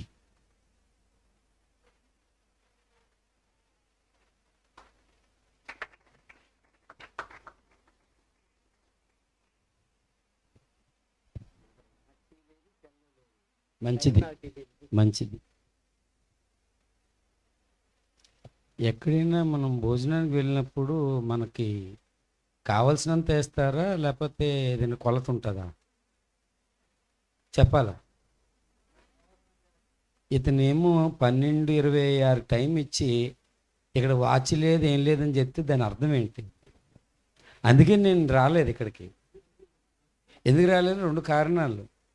ఒకటి, సుకుమార్ అయ్య గారిని చూశాను, భయం వేసి రాలేదు. ఎందుకంటే ఆయన పక్కన కూర్చుంటే నన్ను అందరూ పొట్టోడు అనుకుంటారు. ఆయన చాలా గ్రేట్ మ్యాన్, చాలా హైట్. ఆత్మీయస్థితిలో కూడా ఆయన చాలా హైట్. అయిన ఇంతవరకు ఆయన లేనప్పుడు నేనే హైట్ అనుకున్నాను. చాలా చక్కని మాటలు చెప్పారు. ఆత్మీయ తండ్రి ఉందాతనాన్ని ఆయన చక్కగా చెప్పారు. అయితే ఒక మాట, తెలుగులో ఒక సామెత ఉంది, ఏనుగు చచ్చినా వెయ్యి అంట, బ్రతికినా వెయ్యి అంట. పల్లెటూరులో సామెత. అలాగా బైబిల్లో ఏలీషా అనే ఒక భక్తుడున్నాడు, ఏలియా శిష్యుడు. ఆయన చనిపోకముందు అనేక అద్భుత కార్యాలు చేశాడు. చనిపోయిన తర్వాత కూడా ఆయన ఎముకలు అద్భుతాలు చేశాయి. దేవునికి స్తోత్రం, హల్లెలూయా. ఇప్పుడు యాండ్రూస్ గారు వాళ్ళ మామగారు, ఏం పేరండి ఆయన పేరు? కూర్చోండి. శాంసనా, జోసఫా? దుర్గారావు గారు అన్న ఇంచుమించు ఒకటే. దుర్గారావు అన్న, యోసేపు అన్న అందరూ కూడా ఏంటంటే దేవుని కొరకు పవిత్రంగా ఉండేవాళ్ళు. ఇప్పుడు యోసేపుతో కాసేపు,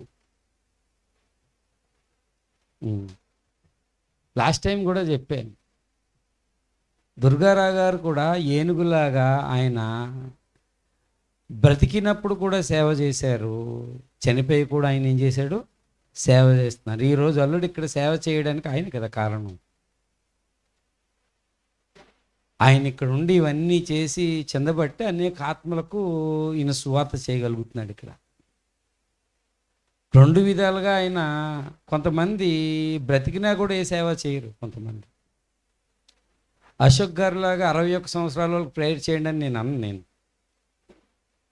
అన్ని చిన్నప్పటి నుంచి ఊహ తెలిసిన ప్రతి ఒక్కరు ఇంతవరకు కూడా ఒక ప్రార్థన చేయాలి మనం.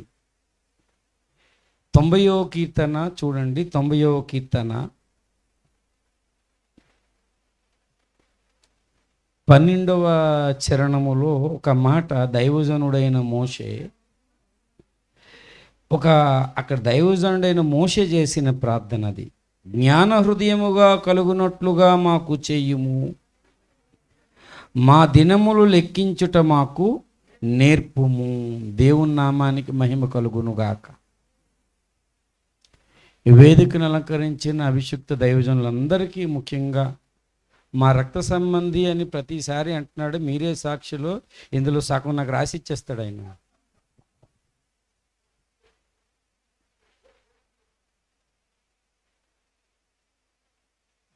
ఊరికే సరదా కన్నాను. మాకు ఏసయ్య తప్ప ఈ మిగిలింది ఏది ఆస్తి కాదండి.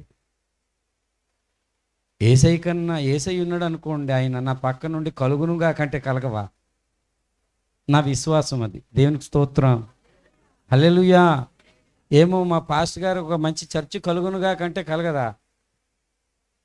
అందులో మతోన్మాదం పెచ్చురిల్తున్నప్పుడు దేవుడి కార్యాలు జరుగుతాయండి, ఇప్పుడు కాదు. అది రావాలని కోరుకున్నాను, ప్రార్థన చేస్తున్నాను, నిలబడాలి దానిలో.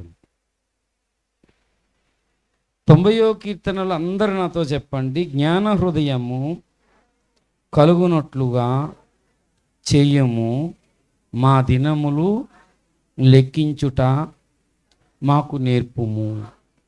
ఎందుకు దైవజనుడైన మోషే ఈ ప్రార్థన చేశాడంటే అనేక కారణాలు. ప్రతిరోజు మనం ఈ ప్రార్థన చేయాలి. సహజంగా మనుషులకు జ్ఞానం ఉండదు. దైవజనుని మోషే ఇల్లంతటిలో నమ్మకమైన వాడు. దేవుడే సాక్ష్యం ఇచ్చాడు. ఇశ్రాయేలీలకు ధర్మశాస్త్రాన్ని ఈయన ద్వారా దేవుడు అనుగ్రహించాడు. అనేక విధులు కట్టడలను ఈయన ద్వారా దేవుడు చెప్పాడు. అందరితో అయితే కల్లో మాట్లాడతాను, ఈయనతోటి నేను ముఖాముఖిగా మాట్లాడతానని సాక్ష్యం పొందాడు. ఒక స్నేహితుడితో మాట్లాడినట్టు ఈయనతోటి మాట్లాడాడు. అంతా పాత నిబంధనలో ఉంది. ఏదైనా మాట్లాడాలనుకుంటే ఒక స్నేహితుడితో మాట్లాడినట్టు దేవుడు మాట్లాడాడు. దేవుని నామాన్ని మోషేకి దేవుడు బయలుపరిచాడు. అంత గొప్ప భక్తుడు. అలాంటి ఆయన ఈ ప్రార్థన చేయడం చాలా ఆశ్చర్యంగా ఉంది. అందులో ఇదే కీర్తనలోని దైవజనుడు మా రహస్య పాపములు నీ ముఖకాంతిలో అని ఒప్పుకుంటాడు. మరి ఏం చేశాడో తెలియదు. ఇదే దీనిలో నాయన ప్రభువా తరతరముల నుండి మాకు నివాస స్థలము నీవే అన్నాడు. మోషే నమ్మిన దేవుడు ఇప్పటి తరం వాడు కాదు, తరతరముల నుండి ఉన్న దేవుడు ఆయన. మోషే దేవుడు నిన్న మొన్న ఎవరో చెప్పిన దేవుడు కాదు. ఇది ఎవరు చెప్పారంటే మోషే తల్లిదండ్రులు అమ్రాము యోకేబేద్. అమ్రామ్ అనే మాట వాళ్ళు ఖురాన్ నేను చదివినప్పుడు ఖురాన్లో ఇమ్రాన్ అని ఉంటుంది, తెలుగులో అమ్రాము యోకేబేద్ తల్లి పేరు. మోషే లాస్ట్లో పుట్టాడు. ముందు అహరోను, తర్వాత మిరియాము, తర్వాత మోషే. వీళ్ళు లేవీలు పిల్లలు. వీళ్ళు గోత్రం కేటాయించక మునుపు లేవీడెళ్ళి లేవీలతో ఉన్నప్పుడు మోషే పుట్టాడని అక్కడ రాయబడి ఉంది. కానీ అంత గొప్ప దైవజనుడు, అంత ప్రవక్త, అంత ఇల్లంతట్లో నమ్మకమైన వాడు ఈ ప్రార్థన చేశాడు. ఏమని? జ్ఞాన హృదయము కలుగునట్లుగా చేయము, మా దినములు లెక్కించుట మాకు నేర్పు. చాలా ఆసక్తికరమైన విడ్డూరమైన విషయం ఇందులో ఉంది. ఏంటి ఇందులో విడ్డూరం అంటే, చాలాసార్లు చెప్పాను నేను, చాలా వేదికల మీద చెప్పాను. లెక్కించినవే దినాలు. దినము అంటే 24 గంటలే కదా, లెక్కించేదే దినం. మళ్ళీ దినములు లెక్కించమంటాడేంటి? బైబిల్ అనేది మన తర్కానికి సంబంధించి రాశాడు. మనం తర్కాన్ని ఉపయోగించాలి బైబిల్ చదివినప్పుడు, లేకపోతే అర్థం కాదు. అది మన తర్కం పని చేయాలి, మన మీద పరిశుద్ధాత్మ పని చేయాలి. ఆదికాండం నుంచి ప్రకటన గ్రంథం వరకు లేఖనములో ఊహను బట్టి ఏది ప్రవచనం పుట్టలేదు, పరిశుద్ధాత్మ ప్రేరేపణ వల్ల పలికారు. దేవునికి స్తోత్రం. అది చదువుతున్నప్పుడు మనకు కాస్త లోపలున్న వివేచన మేల్కోవాలి. నాకు దేవుడైతే నేర్పించాడు. ఈ వాక్యం చదివినప్పుడల్లా మనకి ఎందుకంటే, ఇప్పుడు దీన్ని పుట్టినరోజుకి చెప్పచ్చు, దీన్ని పెళ్ళికి చెప్పచ్చు, దీన్నేమో జ్ఞాపకార్థ కూడికి కూడా చెప్పచ్చు. అన్నిటికీ అప్లై చేసుకోవచ్చు దీన్ని. ఉదాహరణకు చనిపోయిన వాళ్ళు 61 సంవత్సరాలు చనిపోవట్లేదండి. మనం స్టేట్మెంట్ చేసినట్టు వేదిక మీద చాలా జాగ్రత్తగా మాట్లాడాలా. పురుడులోనే చాలామంది చనిపోయిన పిండాలు ఉన్నాయి. దేవుని ఆయుష్ ఎంత నిర్ణయించాడో తెలియదు, కానీ ఇందులోనే రాశారు 70 కానీ ఇంకా 80 కానీ ఇంకా అధికమైతే ఆయాసకరం అన్నాడు. కొంతమంది భూమి మీద ఆయుష్తో ఉన్నారంటే అది దేవుడిచ్చిందే. ఆయుష్ నిమ్మని పలుకగా ఆయన అనుగ్రహించానని 21వ కీర్తనలో అంటాడు. మరణం అనేది జాగ్రత్తగా ఆలకించండి. మరణం అనేది అందరికీ సంభవిస్తుంది. సంభవించని వాళ్ళంటే ఎవరూ లేరు ఈ భూమి మీద. మరణం అంటే మరణములో 2 రకాలు. ఎన్ని రకాలు? బంధువుల నుంచి నేను దూరం అయిపోవడం వేరంటే ఈ శరీరంలో నుంచి ఆత్మ వెళ్ళిపోవటం వేరు. రెండో మరణం అంటే ఈ శరీరము ఆత్మ ప్రాణం తీసుకెళ్ళి అగ్నిగుండంలో పడేయడం. ఇది రెండో మరణం. బైబిల్ మాత్రమే చెప్పింది 2 మరణాలు. చాలామంది నరకం అంటే అదేదో పూలతోట అనుకుంటున్నారు చాలామంది. అగ్నిగుండం మండు టెండల కన్నా భయంకరము. రాష్ట్రంలో భయంకరమైన ఎండ. అటు తెలంగాణ రామగుండం అనే ఏరియాలో ఆ కాకిలాగా ఎగురుతూ టప్మని రాలిపోతుంది ఎండకి. చిన్న ఎండకే తట్టుకోలేకపోతున్నాము. అగ్ని యుగం అగ్ని అండి, ఆరదు. నరకమనగ పూదోట కాదది అగ్నిగుండమండి, నరకమనగ పూదోట కాదది అగ్నిగుండమండి, అగ్ని ఆరదు కాలిడు వారికి చావురాదు సుమ్మి, విడుదల పొందలేరు అండి. ఆరదు కాలిడు వారికి విడుదల పొందలేరు అండి. ఓ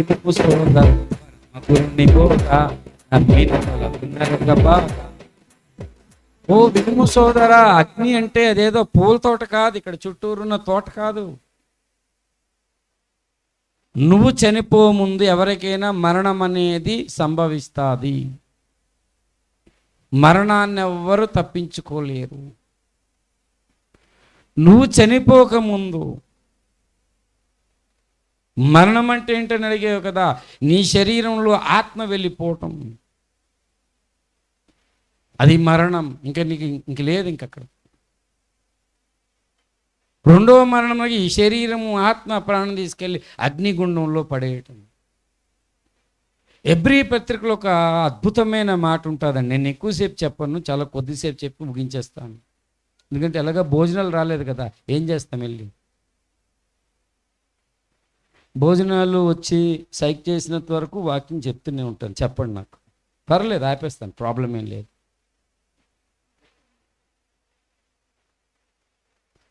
వచ్చాయా? వస్తున్నాయా?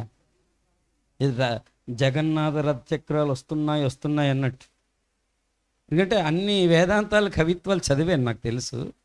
మనుషులు ఏ మైండ్తో కూర్చుంటారో. ఎబ్రీ పత్రిక 11వ అధ్యాయం మళ్ళీ ఎక్కడ దొరుకుతామండి? నేను మీకు దొరకను, మీరు నాకు దొరకరు. వినండి జాగ్రత్తగా, చాలా మంచి మన జీవితానికి పరమార్థమైన విషయం ఇది.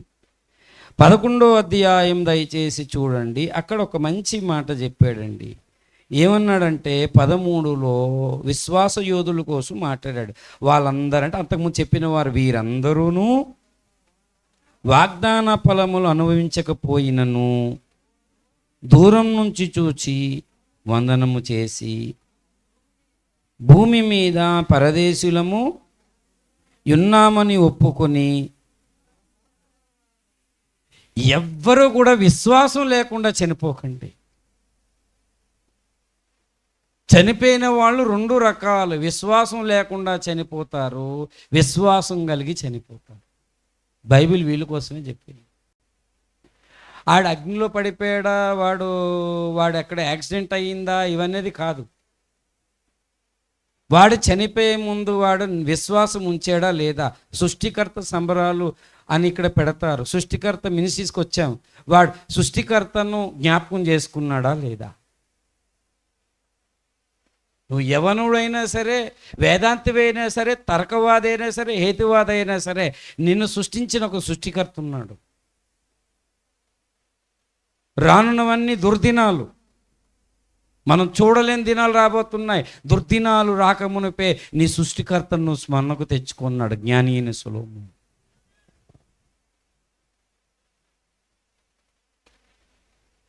దేవుడు సృష్టించే వాటిని మనం పూజ చేయగలుగుతున్నాం, కానీ చూడండి, దేవుడు సృష్టించే వాటిని మనం పూజ చేస్తున్నాం. దేవుణ్ణి ఎవరూ సృష్టించలేదండి. దేవుడు తనంతట తానుగా ఉన్నవాడు. ఆయనకి ఆది అనేది లేదు, అంతం అనేది లేదు. అన్నిటికీ ఆది తానే, అన్నిటికీ అంతము తానే. కాబట్టి ఏసే చెప్పుకున్నాడు, ఆది అంతము ఇంకెవరు చెప్పుకోలేదన్నమాట. కాబట్టి దయచేసి యేసు ప్రభు వారిని ఎందుకు నమ్మాలి, వీళ్ళందరూ ఎందుకు నమ్ముకున్నారు ఆలోచిస్తే, యేసు ప్రభు వారే సృష్టికర్త. ఎందుకంటే సృష్టికర్తకు 3 లక్షణాలు ఉన్నాయి. ఇక్కడే చెప్పాను వేదికలో, మీరు మర్చిపోయారు. మీరు దేవుడు అనేవాడు సర్వశక్తిమంతుడు, దేవుడు అనేవాడు సర్వవ్యాపి, దేవుడు అనేవాడు సర్వజ్ఞుడు. 3 ఉన్నాయి. సర్వశక్తిమంతుడు, సర్వవ్యాపి, సర్వజ్ఞుడు. ఈ 3 లేనివాడు దేవుడు కాదు. సర్వజ్ఞుడు అంటే అన్నీ తెలిసినవాడు. అన్నీ తెలుసు కాబట్టే శాస్త్రులు పరిశీలతో అన్నాడు, ఏమన్నాడు, మాట్లాడితే మీరు అబ్రాహ్మ తండ్రి అంటారు, మీ అబ్రాహాంని ఒక దినం నేను చూశాను అన్నాడు. వాళ్ళకి నీకు 33.5 సంవత్సరాలు నీకు సరిగా లేవు, ఎలా చూసేవరా బాబు అంటే, ఆయన అన్నీ ఆయనకి తెలుసు. అప్పుడు అబ్రహాం చూశాడు. ఆయన యేసయ్య అవతారం ఎత్తకమునిపై భూమి మీదకి వచ్చాడు. ఎలాగంటే మెల్కీసేదెకనే ప్రధాన యాజకుడుగా రొట్టె ద్రాక్షరసం తీసుకొచ్చి అబ్రహాంకి ఇచ్చాడు కదా, అప్పుడు చూసేనన్న ఆ మాట ఇక్కడ చెప్పాడు. ఆయన అనడానికి మళ్ళా కొత్త నిబంధనలో ఇదిగో నేను మీకు శరీరాన్ని రక్తాన్ని ఇస్తున్నానని చెప్పాడు. ఆయన గుర్తుపట్టడానికి అది కారణం. దేవునికి స్తోత్రం కలుగునుగాక. హల్లెలూయా, హల్లెలూయా. ఆయనకి మానవ చరిత్ర ప్రారంభం తెలుసు, అంతము తెలుసు. బైబిల్ అన్నీ ఉన్నాయి. సర్వవ్యాపి అంటే ఎక్కడైనా ఉంటాడు. నేను చిన్నప్పుడు భక్త ప్రహ్లాద నాటకాలు వేసినప్పుడు, చరిత్ర చేసినప్పుడు చెప్పారు వాళ్ళు, ఇందుగనడని సందేహం వలదు చక్రి, సర్వోపగతుండు ఎందెందు వెతికినా చూచినా అందేగలడన్నాడు. ఎక్కడైనా ఉంటాడన్నాడు. అందుకే ఆదికాండంలో ఉన్నాడు, ప్రకటన గ్రంథంలో ఉన్నాడు, అన్ని గ్రంథాల్లో అన్నాడు. ఒక దగ్గర వచ్చారన్నాడు, లేఖనములన్నీ పరిశోధించాడు, అవి నన్ను గూర్చి ఏం చేస్తున్నాయి, సాక్ష్యం ఇచ్చుచున్నాయి. దేవునికి స్తోత్రం, హల్లెలూయా. మనం బైబిల్ సరిగా చదవలేదు. యేసును గూర్చే లేఖనాలన్నీ సాక్ష్యం ఇచ్చాయి. మోషే దగ్గరికి వెళ్తే మోషే కన్నా శ్రేష్ఠుడు, సొలొమోను కన్నా శ్రేష్ఠుడు, దావీదు కన్నా శ్రేష్ఠుడు, ఆలయం కన్నా శ్రేష్ఠుడు, అందరిలో అతి శ్రేష్ఠుడు ఆయన. ఆయన కోసం 1000 గంటలు నేను మాట్లాడినా కూడా 1 నిమిషం మాట్లాడలేను. అంత చాలదు, మన జీవితం చాలదు. గాలితో పోల్చుకున్నాడు, నీటితో పోల్చుకున్నాడు, ఆహారంతో పోల్చుకున్నాడు, అగ్నితో పోల్చుకున్నాడు. ఈ భూమి మీద పాపము తప్ప ఏ పోలికైనా యేసు పోలిక మనకు కనిపిస్తాయి. కాబట్టి దయచేసి యేసుని మీరు ఏదో అందరిలో ఒకడు అన్నట్టు 3,000,000 దేవతల్లో ఒకడనుకోకండి. అది వాళ్ళందరూ వైపేసిన ఈయన అసలు కాలిగోటు కూడా సమానం కాదు. అసలు సమానం అని చెప్పడానికే లేదు. అసలు యెషయా అంటాడు, ఎవనితో అతని సమానమని చెప్పుదుము. ఆయన పోల్చడానికి కూడా అసలు పోలికే లేదు ఆయనతోటి. అయితే నీ కొరకు నా కొరకు ఈ భూమి మీద తగ్గించుకొని భూమి మీదకి వచ్చి సిలువలో ఏం చేశాడు, వచ్చి నీ కొరకు నా కొరకు ఎక్కడ ఆదాం పాపం చేస్తే అక్కడి నుంచి ఒక ప్లాన్ వేసుకొని ఒక కాలములో ఆయన భూమి మీదకి వచ్చి సిలువను 2 కొయ్యలు అంటే ఎందుకు తెలుసా, సిలువ మరణం అంటే అర్థం అంటే నిలువ కొయ్యే అడ్డకం. దానికి ఎన్ని అర్థాలు ఉన్నాయి. ఇప్పటికీ సిలువ కోసం చాలామంది మరి సంఘాలు చెప్తారు, కానీ పరమాత్ముడు భూమి మీదకి కిందకి రావాలి, అడ్డుకున్న పాపాలు కొట్టివేయాలని సిలువను ఎన్నుకున్నాడు. ఆయన ఉరిశిక్షను ఎన్నుకోవచ్చు, రకరకాల శిక్షలు ఉన్నాయి. రోమన్ ప్రభుత్వం చాలామంది ఎలా చంపుతారు తెలుసా? ఒక పచ్చి చర్మం తీసుకొచ్చి వాడిని బ్రతుకుంటుండగా వాడిని తీసుకొచ్చి పెద్ద చర్మం తీసుకొచ్చి ఆవు చర్మం చాలా పెద్దది తీసుకొచ్చి కుట్టేస్తారు. వాడిని ఎండలో పెడితే ఆ ఎండకు అలా బిగిసిపోయి చచ్చిపోతాడు. కొంతమంది ఏం చేస్తారంటే రంపములతో కోసి చంపేస్తారు. కొంతమంది కొన్ని ఏరియాల్లో కొన్ని ముస్లిం కంట్రీస్లో రాళ్లతో కొట్టి చంపేస్తారు. రకరకాల శిక్షలు ఉన్నాయి. కొంతమంది బ్రతికుంటుండగా గాయాలు చేసి ఎడారులు వదిలేస్తారు. అవి గద్దలు వచ్చి పొడిచి చంపేస్తాయి.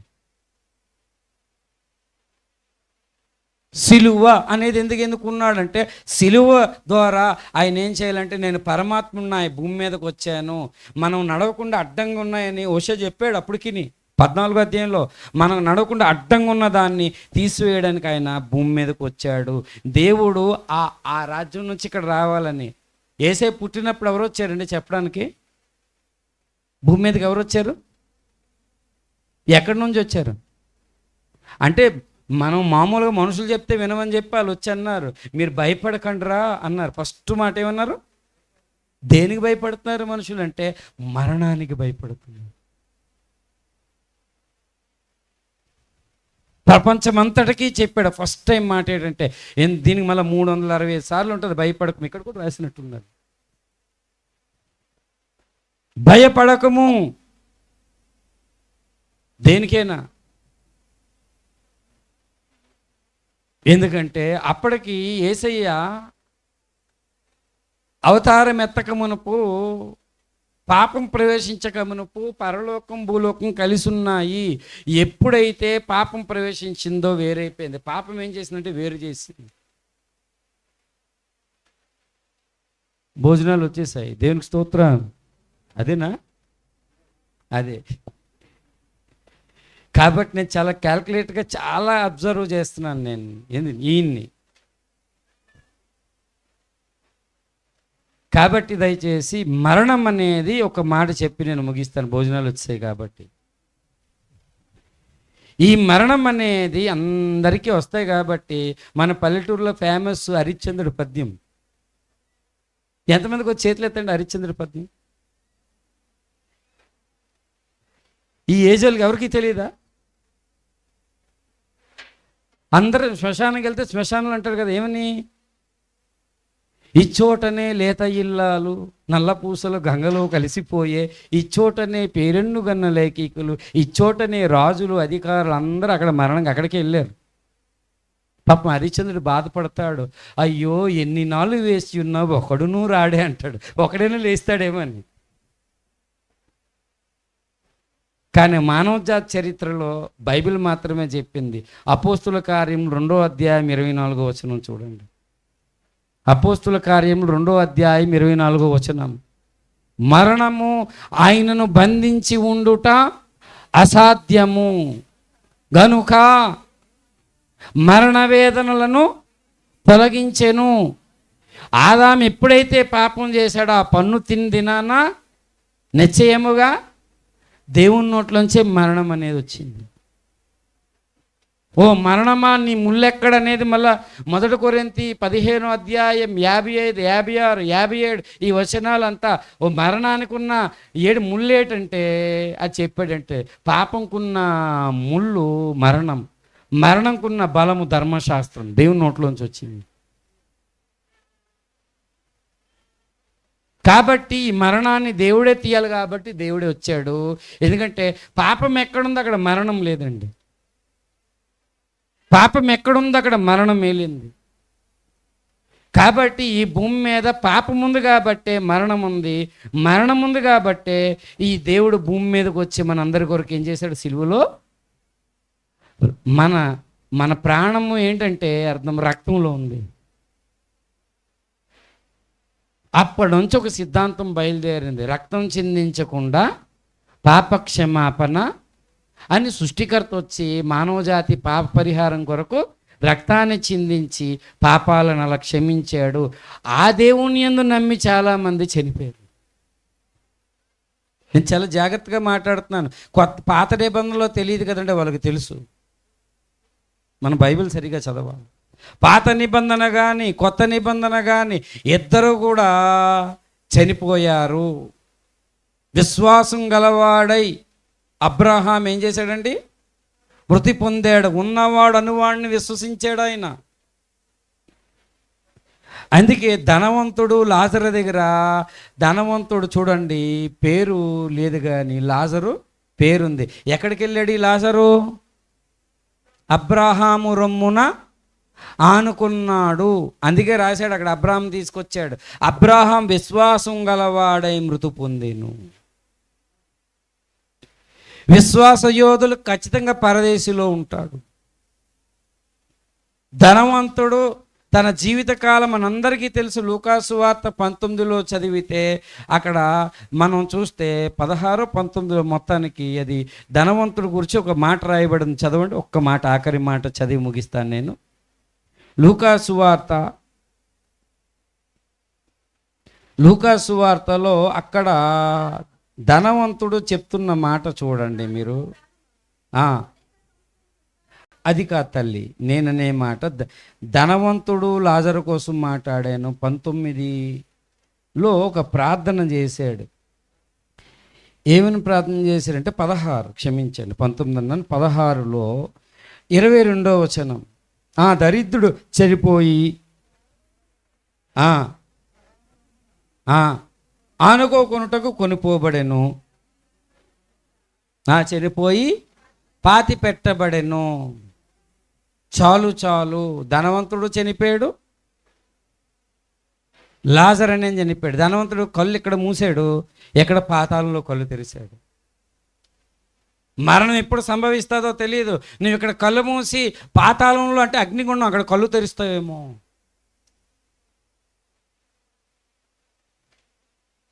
ఇక్కడ ఇదే జరిగింది. ఒక ఆయన ఇక్కడ కళ్ళు మూసాడు, అది ఎవరూ రాలేదు, దేవదూతల దగ్గరికి వెళ్ళిపోయాడు ఆయన. దీన్ని పరదేశు అంటారు, బైబిల్ చెప్పింది. ఏం చేస్తున్నాడు? నెమ్మది పొందుతున్నాడు. దేవునికి స్తోత్రం. దుర్గారావు గారు ఇప్పుడు అక్కడ నెమ్మది పొందుతున్నారు. చాలామంది అనుకుంటారు మనకు అలవాట్లు ఉన్నాయి, ఇవి ఉన్నాయని కదా. అలవాట్లు బట్టి దేవుడు లెక్కించాడు. బహుమానం కోతకొస్తాడు కానీ పరలోకం ఇస్తాడు దేవుడు. మానుకోమని చెప్తారు. అలవాట్లే మరణాన్ని తీసుకొచ్చేస్తాయి. అలాగని అలవాట్లు ప్రోత్సహించాడు దేవుడు. దురలవాట్లు మనిషికి ఏదో ఒక అలవాటు ఉంటుంది, చెడు అలవాటు ఉంటుంది. ఆయన ఇంకో అలవాటు, నీది ఇంకొక అలవాటు ఉంటుంది. అలవాటు లేని మనిషి అంటే ఎవరు లేరు. ఆడవాళ్ళకి ఒక అలవాటు ఉంటుంది, నోరు కాసుకోలేరు, గబుక్కుమని ఒక మాట అనేస్తారు. అదొక అలవాటు వాళ్ళకి అంతే. ఒక్కొక్కరికి ఒకసారి చేస్తే పొరపాటు, 10 సార్లు చేస్తే అలవాటు. అలవాటుని బట్టి దేవుడు నరకంలో పడేయడు, గుర్తుపెట్టుకోండి. ఎందుకంటే ఆయన అన్యాయస్తుడు అయిపోతాడు. ఆయన ఏదైనా తీర్పు ఇచ్చేటప్పుడు చాలా న్యాయంగా అన్ని అవకాశాలు ఇస్తాడు మనిషికి. ఎందుకు సృష్టికర్తగా నేను వచ్చాను, నన్ను ఎందుకు విశ్వసించలేదు నీవు? ఇదిగో ధనవంతుడు ఏం చేశాడు? ఉన్నప్పుడు చాలా సుఖపడ్డాడు. ధనవంతుడు 3 పొరపాట్లు చేశాడు, అది మనలో ఎవ్వరూ చేయకూడదు. ధనవంతుడు 3 పొరపాట్లు చేశాడు. ఒకటి, ఈ భూమి మీద సుఖపడే కాలం కాదు, గుర్తుపెట్టుకోండి. ఈ భూమి మీద సుఖపడే కాలం కాదు, దేవుని కొరకు ప్రయాసపడే కాలము. ఎంత అవకాశం దొరికితే అంత ప్రయాసపడాలి. సుఖపడే కాలం పరలోకం, పరదేశం. అక్కడ నెమ్మది, ఇక్కడ నెమ్మది ఉండదు. ఇప్పుడు ఎండ ఉందని ఏసీలో కూర్చుంటాం, పావుగంటే మరలా మామూలే. సుఖపడేదానికి ఈ భూమి అనుకూలమైన స్థలం కాదు. ఈ భూమి మీద అందరూ శ్రమలు పడాలి, ఏసైకే తప్పలేదు. రెండోది, ధనవంతుడు ఎక్కడ ప్రార్థన చేస్తున్నాడు? పాతాళంలో ప్రార్థన చేస్తున్నాడు. ఎవడింటాడండి? ఈ భూమి మీద ఏ రోజైనా ప్రార్థన చేసావా? వాక్యం విన్నావు, యేసుప్రభు దేవుడని తెలిసింది, ఎప్పుడైనా ప్రార్థన చేసావా? యేసయ్య నా పాపాలు క్షమించని. ఇక్కడ పాతాళంలోకి వెళ్ళి తండ్రి అయిన అబ్రహమా, అతను ప్రార్థన చేస్తున్నాడు. అతను అన్నాడు, నా కుమారుడు అన్నాడు, బాగానే ఉంది, మై సన్ అని పిలిచాడు. ఐఎమ్ సారీ అనేసాడు. ఎందుకంటే నీకు నాకు మధ్యలో ఉంది ఒక అగాధం ఉంది. నేను అటు రాలేను, నువ్వు ఇటు రాలేవు. మూడోది ఎవరికి ప్రార్థన చేయాలి? ఈయన అబ్రాహాంకా? అబ్రహాం ఎవని యందు విశ్వాసం ఉంచాడో ఆ వ్యక్తికి ప్రార్థన చేయాలి. ఈయన 3 పొరపాట్లు, రాంగ్ ప్లేసు, ఆయన ప్లేస్కి వెళ్ళింది పాతాళం, రాంగ్ ప్లేసు.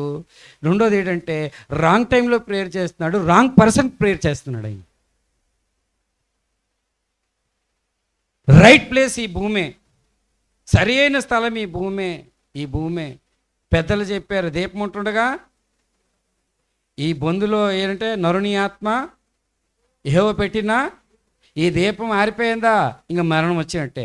కాబట్టి దీపం లోపల ఉంటుండగానే ఇగో నీ సృష్టికర్త యేసు ప్రభువుకు ప్రార్థన చేయి, నా పాపాలు క్షమించండి. ఆ యేసు ప్రభు కొరకు శ్రమపడు, ఎన్ని శ్రమలైనా పర్లేదు. ఇప్పటి కాలపు శ్రమలు ఆ మహిమ ఎదుట ఎన్నదగినవి కావు.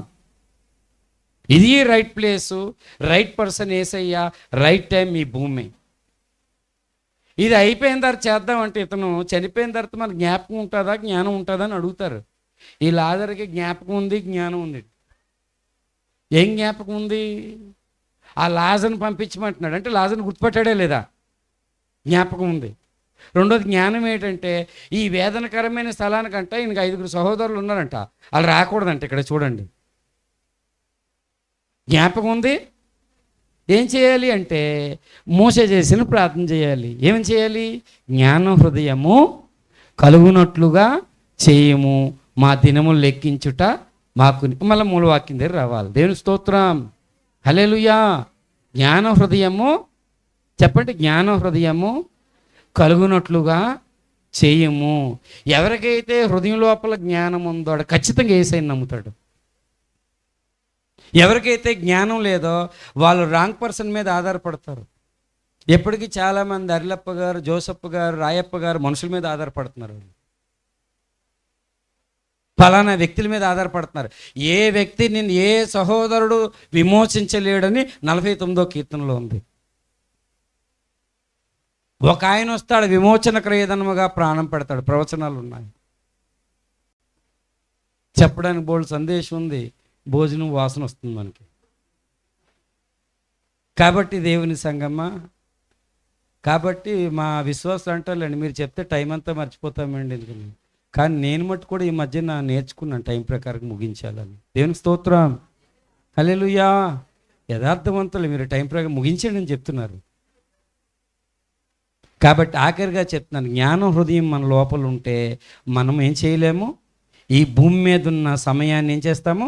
సద్వినియోగం చేసుకుంటాం. జ్ఞానం లోపల ఉందనుక ఏం చేస్తాము? సృష్టికర్తను. జ్ఞానం మన లోపల ఉందనుకోండి, మనకున్న సమయాన్ని అంతా దేవునికి ఇస్తాము, దేవునికే సమర్పిస్తాం. ఈ భూలోకం రైట్ టైము, రైట్ పర్సన్ యేసయ్య కొరకు మనం శ్రమ పడగలుగుతాం. ఈ జ్ఞానం ఉంటే అన్నీ నీకు నేర్పిస్తారు.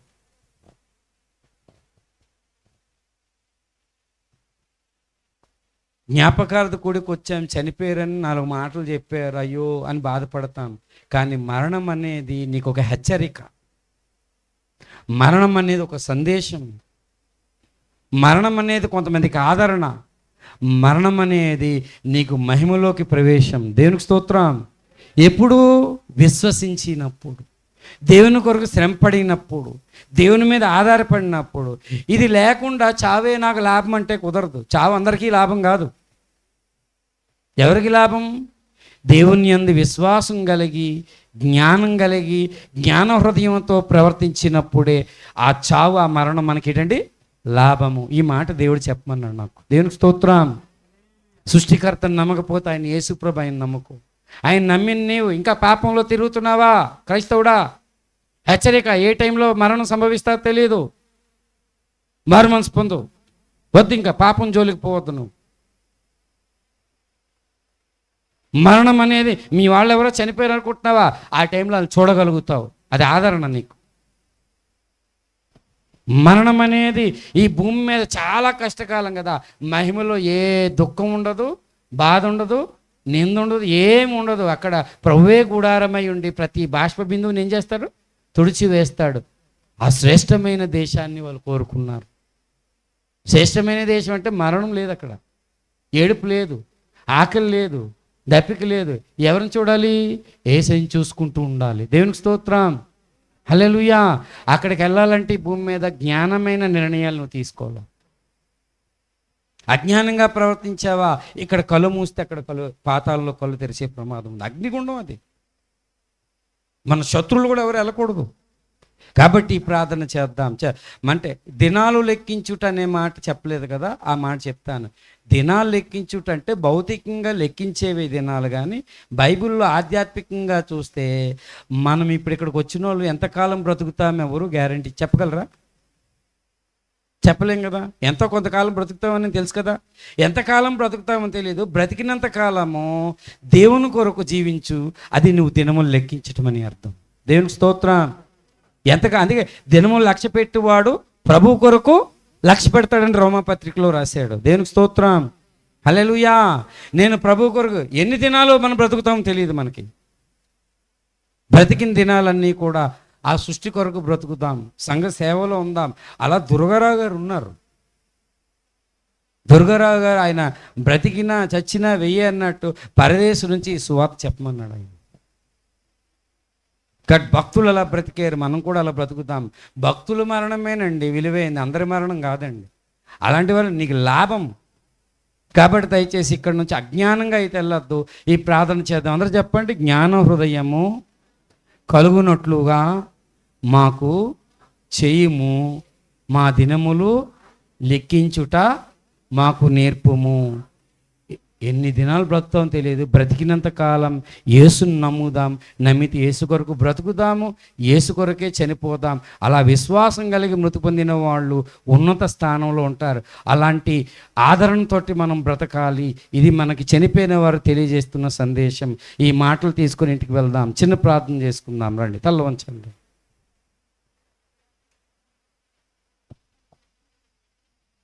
ప్రేమ కలిగిన తండ్రి, సర్వశక్తిమంతుడైన దేవా, విత్తిన వాక్యం అందరి హృదయంలో ఫలింపును కలుగజేయండి. సిలువలో కార్చిన పరిశుద్ధ రక్తం మానవాళి విమోచిస్తుందని ప్రప్రదంగా ఆది కాండములో చర్మపు చొక్కాయలు కుట్టించేవి. ఎందుకంటే ఒక జంతు బలి జరిగించావు, లేకపోతే చర్మపు చొక్కాయలు రావు తండ్రి. లేవియా కాండములో రక్త ప్రోక్షణ కోసం రాశావు. అందుకే ఎబ్రీ 9:22 రక్త ప్రోక్షణ లేకుండా పాపక్షమాపణ కలుగుదని. నీవే సృష్టికర్తవి, సృష్టిని చేసావు.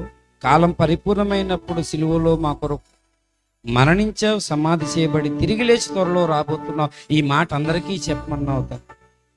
మాలో కొంతమంది నమ్మేరు తండ్రి, కానీ మనుషుల మీద ఆధారపడుతున్నారు.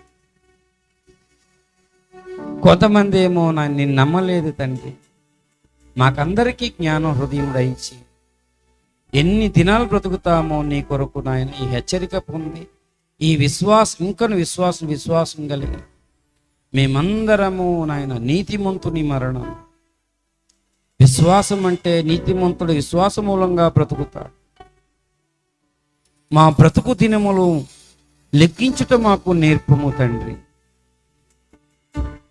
మరణం ఏ రీతిగా సంభవిస్తాదో తెలియదు, ధైర్యంగా ఎదుర్కోవడానికి. ఎందుకంటే యేసును నమ్మిన మేము మరణం అంటే భయపడము తండ్రి. అందుకే భయపడొద్దన్నా. ఈ భూమి మీద నాయన రైట్ ప్లేస్ ఈ భూమి తండ్రి, రైట్ పర్సన్ నీవే. ఈ భూమి మీద మేము తీసుకున్న నిర్ణయాలు రైట్ నిర్ణయాలు తండ్రి. అందుకు కావలసిన జ్ఞానం మాకు అందరికి అందించమని, మాకు ఈ అవకాశం ఇచ్చిన ఆండ్రూస్ గారిని, తన సతీమని, బిడ్డలందరినీ నాయన మీరు దీవించి, ఇక్కడున్న దైవజనులను దీవించి, మేము చెప్పేవాళ్ళం కాదు, వినేవాళ్ళం కాదు, పాటించే భక్తులుగా మమ్మల్ని చేయమని, విన్న మాటలు అందరిలో ఫలింపును కలుగజేయమని యేసయ్య దివ్యనామం అడిగి వేడుకొనుచున్నాం తండ్రి.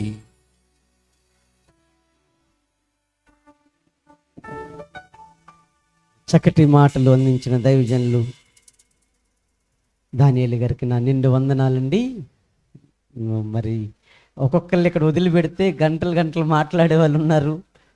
మా సహోదరులందరూ కూడా చక్కటి వాక్యం చెప్పగలరు. అందరికీ అవకాశం ఇవ్వాలని ఉద్దేశం, ఎవరిని ఇబ్బంది పెట్టాలని కాదు. మరి సమయం అయితే అయిపోయింది. మరి వాక్యాలు విని విని చాలా ఏమండి బలం పొందుకున్నారు. ఇప్పుడు చిన్న పాట విందాం. వీళ్ళు సరుకుతూ ఉన్నారు భోజనాలు.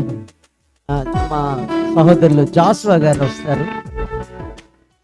వారు 2 చరణాలు పాట పాడతారు. ఆ తర్వాత సువార్త రాజు ఎక్కడున్న ముందుకు వస్తారు.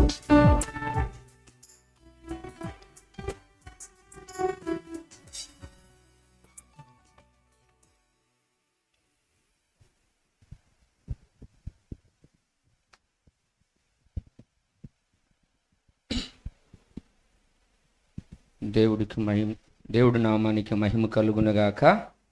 మరి దైవ సేవకులకు మా హృదయపూర్వకంగా వందనాలు. వారంటీ లేదురా నీకు, గ్యారంటీ లేదురా నీకు, వారంటీ లేదురా నీకు, గ్యారంటీ లేదురా నీకు. ఎన్నున్నా ఎందుకు నీకు, నీవి కానివి నీ వెంట రానివి. ఎన్నున్నా ఎందుకు నీకు, నీవి కానివి నీ వెంట రానివి. వారంటీ లేదురా నీకు, గ్యారంటీ లేదురా నీకు, వారంటీ లేదురా నీకు, గ్యారంటీ లేదురా నీకు. అందరం కమ్మలు కొడదాం, ప్రభు నామాన్ని కనపరుచుకుందాం.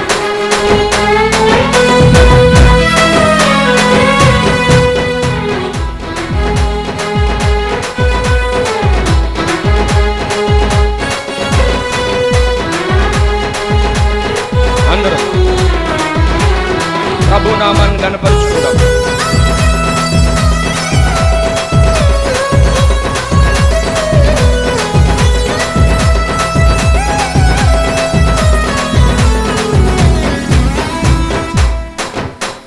వేసాలు వెయ్యమాకురా, మోసాలు చెయ్యమాకురా. వేసాలు వెయ్యమాకురా, మోసాలు చెయ్యమాకురా. ఎందుకురా ఈ ఆరాటము, సచ్చినాక నిన్నెవరు ఉంచుకోరురా. ఎందుకురా ఈ ఆరాటము, సచ్చినాక నిన్నెవరు ఉంచుకోరురా. యేసును వేడు నీ పాపము నీడు, పరలోకము చేరు. యేసును వేడు నీ పాపము నీడు, పరలోకము చేరు. వారంటీ లేదురా నీకు, గ్యారంటీ లేదురా నీకు, వారంటీ లేదురా నీకు, గ్యారంటీ లేదురా నీకు.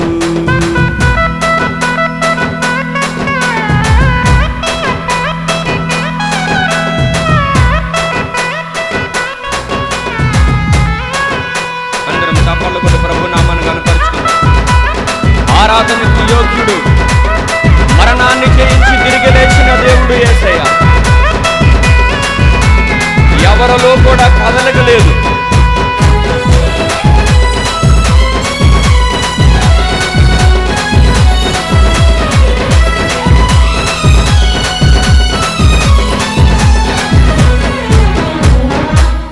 దేవుడు లోకమును ప్రేమించాడు, తన ప్రియకుమారుడు యేసును మనకిచ్చాడు. దేవుడు లోకమును ప్రేమించాడు, తన ప్రియకుమారుడు యేసును మనకిచ్చాడు. నమ్మితే నీకు పరలోకము, నమ్మకుంటే నీకు నిత్య నరకము. నమ్మితే నీకు పరలోకము, నమ్మకుంటే నీకు నిత్య నరకము.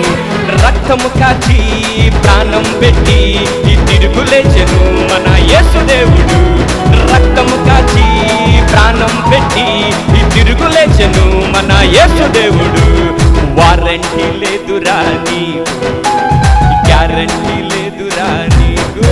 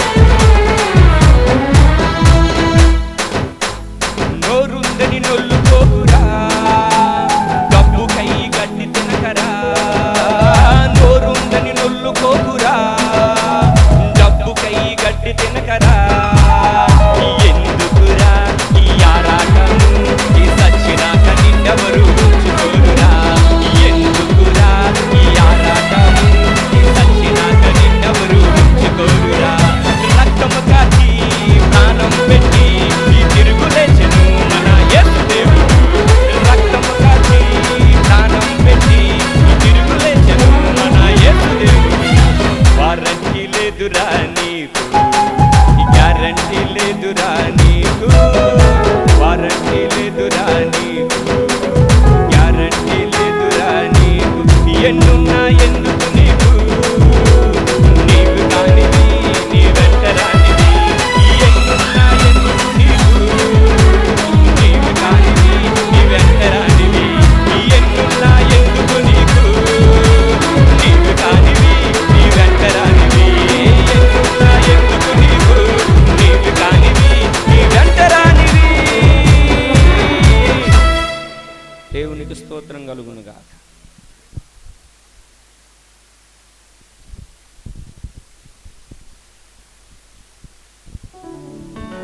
చక్కటి పాట పాడి దేవుని కనపరిచిన సహోదరులకు వందనాలండి. ఆ భోజనాలన్నీ వాళ్ళు ఏర్పాటు చేశారు. మనం వెళ్ళిపోదామండి. మరి చివరిగా మా మామయ్య గారితో సువార్తరాజు గారికి చాలా సంబంధం. వారిద్దరూ ఎప్పుడు మాట్లాడుకుంటూ ఉంటారు. వారు 2 నిమిషాలు అది చెప్పిన తర్వాత ప్రార్థన ఆశీర్వాదాలతో ముగించుకుందాం. సువార్తరాజు ఈ ప్రాంతంలో నాకెంతో సహకారి, మీకు అందరికీ తెలుసు.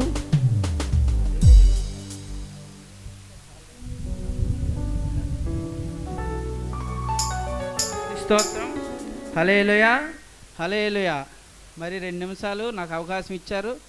మరి టైం అయితే మరి భోజనాలకు టైంకి అయిపోతుంది. మరి యాండ్రీస్ గారు నేను చిన్నప్పటి నుంచే చదువుకున్నాం. 10th క్లాస్లో మేము విడిపోయాము. ఆయన ఇంటర్మీడియట్ చదివారు, నేను 10th క్లాస్ వరకు చదివి నేను విజయవాడ వెళ్ళిపోయాను, ఆయన వైజాగ్ వెళ్ళారు. ఆ తర్వాత మ్యారేజ్ అవి చేసుకొని మరలా నేను 2000 సంవత్సరంలో నేను ఇక్కడ రావడం జరిగింది, 2010లో. ఆ తర్వాత యాండ్రీస్ గారు నేను కలిసిన తర్వాత ఈ యొక్క షెడ్ అది ఎలా నిర్మించాలి ఏంటి అన్నీ ప్లాన్ చేసిన తర్వాత ఏదో నా వంతు సహకారం ఆయనకి నేను చేయడం జరిగింది. సృష్టికర్త సంబరాల్లో కూడా అది దేవుని ప్రేరేపణతోనే సృష్టికర్త సంబరాలు చేసాం. ఆ తర్వాత మా మాయ్య గారు ఇక్కడ ఉంటారు ఈ తోటలోనే యాండ్రీస్ గారు చెప్పిన తర్వాత ఆయనతో చాలా అనుబంధం మాకు ఏర్పడింది. ఎవరితోని? యాండ్రీస్ గారు అలా మాయ్య గారితోని. ఎందుకంటే నేను యాండ్రీస్ గారికి మాయని అవుతానన్నమాట. నన్ను మాయ అంటారు. మరి ఆయన కూడా మాయ అయినప్పుడు యాండ్రీస్ గారు మాయ గారు అన్నారు, రమణబాబు మా డాడీ అనేవారు అన్నమాట నన్ను. అయితే ఆయన గురించి చెప్పమంటున్నారు కాబట్టి చెప్పాలంటే చాలా విషయాలు ఉంటాయి, కానీ మరి ఇది సమయం కాదు. మరి ఆయన చనిపోవడం నాకు కూడా చాలా బాధాకరంగా అనిపించింది. ఎందుకంటే ఏది జరిగినా దేవుని చిత్తమే. ఆయన ఎప్పుడు ఏ రోజు చనిపోయాడంటే, యాండ్రీస్ గారు దాదాపుగా 5 సంవత్సరాల నుంచి మేము సంబరాలు చేసాం, అప్పుడప్పుడు ప్రార్థనలు పెడుతున్నాం, వెళ్ళిపోతున్నాం. కానీ ఈ వారం నుంచి ఆదివారం సాయంత్రం ఇక్కడ ప్రార్థన జరుగుతుంది ఈ స్వస్థశాలలో. మరి శుక్రవారం కూడా ప్రార్థన పెట్టాలనుకుంటున్నాం. సువార్తరాజు, ఎవరైనా విశ్వాసులు సంఘానికి వెళ్ళకుండా ఉంటారు కదా, వాళ్ళు బయట ఉండే విశ్వాసులు ఎవరు వచ్చినా పర్వాలేదు రావాలి. మరి వచ్చే వారం నుంచి పెడుతున్నాను నాతో చెప్పారు. మరి ఏం జరిగిందో అదే వారం ఫస్ట్ వారం నాడు ఇక్కడ ఆరాధన అయింది. ఆరాధన అవుతుండగానే ఆయనకి హెల్త్ బాగోపోతే నేను తర్వాత వచ్చాను. ఆరాధన అయిపోయిన తర్వాత ఇలా జరిగింది. సువార్తరాజు, మరి ఏంటో ఈరోజే మనం ఇక్కడ మొదలు పెట్టాం. ఆయనకి హెల్త్ బాగోలేదు. మరి ఏంటంటే మరి ఏం తెలీదు. వైజాగ్ తీసుకెళ్లారు తరంగిని వాళ్ళందరూ. మరి ఎలాగుంటుంది ఏంటంటే చెప్పలేమని యాండ్రీస్ గారు నాకు చెప్పారు. ఆయన హెల్త్ పట్టుకొని పరిస్థితి బాగోలేదు, హార్ట్ స్ట్రోక్ లాగా ఉందని అన్నారు. అదేంటి ప్రభా, ఈరోజే కదా. ఆయన ఎంతో సంతోషపడేవారు.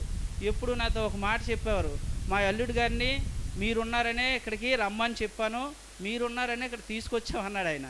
మేమేం చేస్తామండి, మనం చేయడానికి ఏమీ లేదు. అదంతా దేవుని ఏర్పాటు, దేవుడు కృప, దేవుడు ఉండాలి. మనుషులు ఎన్ని రోజులు ఉంటారు, ఈరోజు మంచిగా ఉంటాం, ఏదైనా విరోధం వస్తే మరలా మీ అల్లుడు మేము విడిపోవచ్చు, అవన్నీ మీరు అనకండి అంటే, లేదు మీరున్నారనే ఇక్కడికి వచ్చారు కాబట్టి. ఈ యొక్క షెడ్ కూడా ఆ రోజు శంకుస్థాపన చేసినప్పుడు ఈశ్వర్ దానియేల్ గారు మేమందరమే చేసాం. ఇక్కడ అందరూ చేసేటప్పుడు కూడా ఆయన అన్నాడు, నేనైతే చర్చికి రాలేను, రావడానికి కుదరదు, కానీ మీకు ఏదైనా సహకారం నేను చేస్తాను అక్కడుండి. మీకు ఏ ఇబ్బంది వచ్చినా నన్ను అడగండి అని ఆ రేకుల షెడ్లో మాకు ఆ రోజు హామీ ఇచ్చారు. ఆయన అన్నాడు, మరి ఆయన చర్చికి రావట్లేదు కదా, సంఘానికి రావట్లేదు కదా, నాకైతే కోపంగా ఉండేది.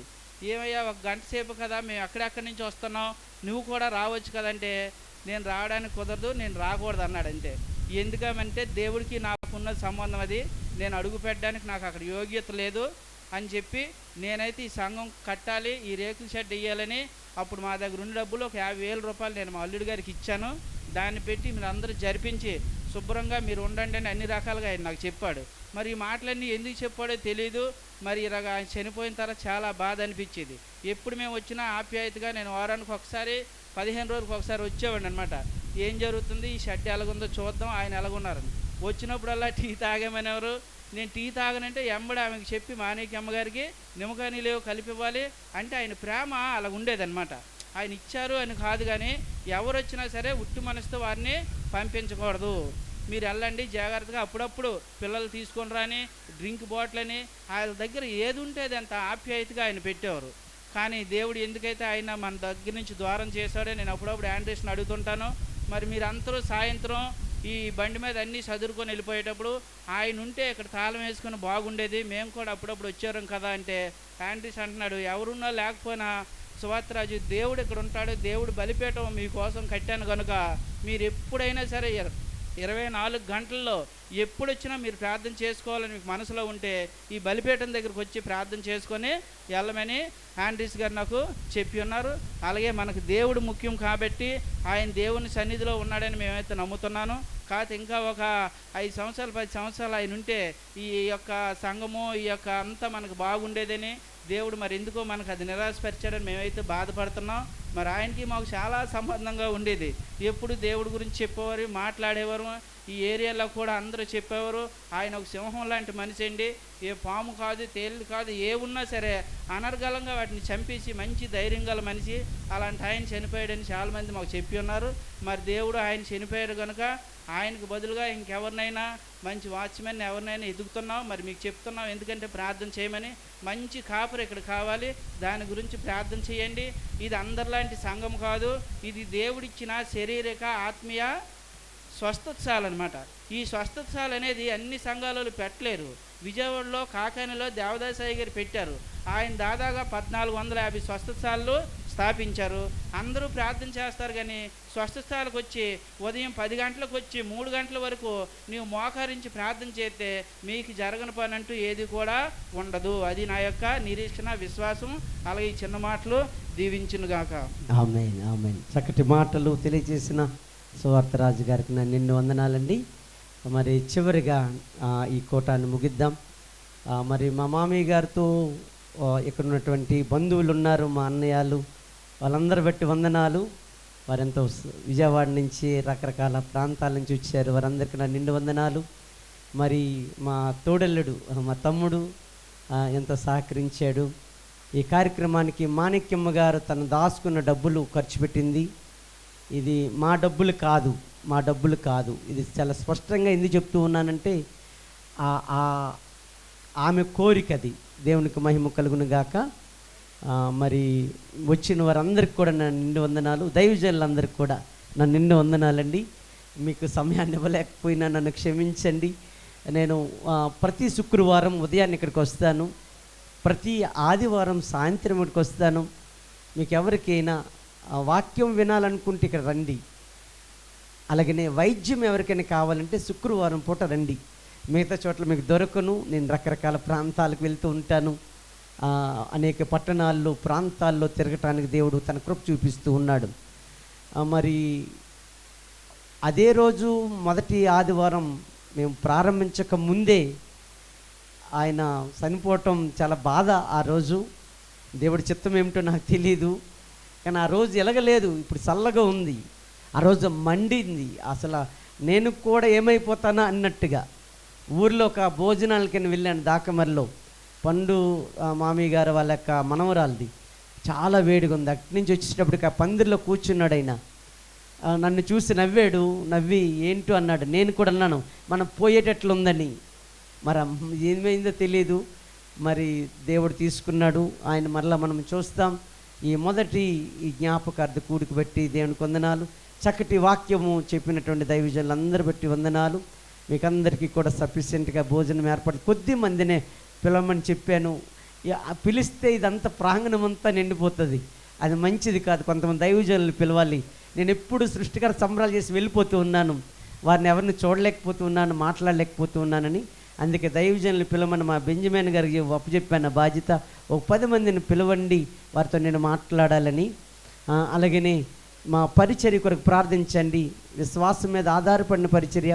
ఒక మంచి సంఘ బిడ్డలు నాకు ఇచ్చారు. ఎలాంటి సంఘం పెట్టాలంటే మరి ఈ సేవ కొరకు ప్రాణం పెట్టేవారు, సేవకుడి కొరకు దేవుని కొరకు నిలబడేవారు. నా సంఘాన్ని బట్టి వందనాలు. మరి సహకరించిన వారందరికీ కూడా వందనాలండి. మీరు ఈ సమయంలో చివరిగా ప్రార్థించుకుందాం. మా మిత్రుడు థామస్ గారు ప్రార్థనలో నడిపిస్తారు. ఆ తర్వాత మనము భోజన కార్యక్రమాలకు వెళ్దాం. దైవ ఆశీర్వాదాలు మా ఆశీర్వాదంగా పెద్ద ఆయన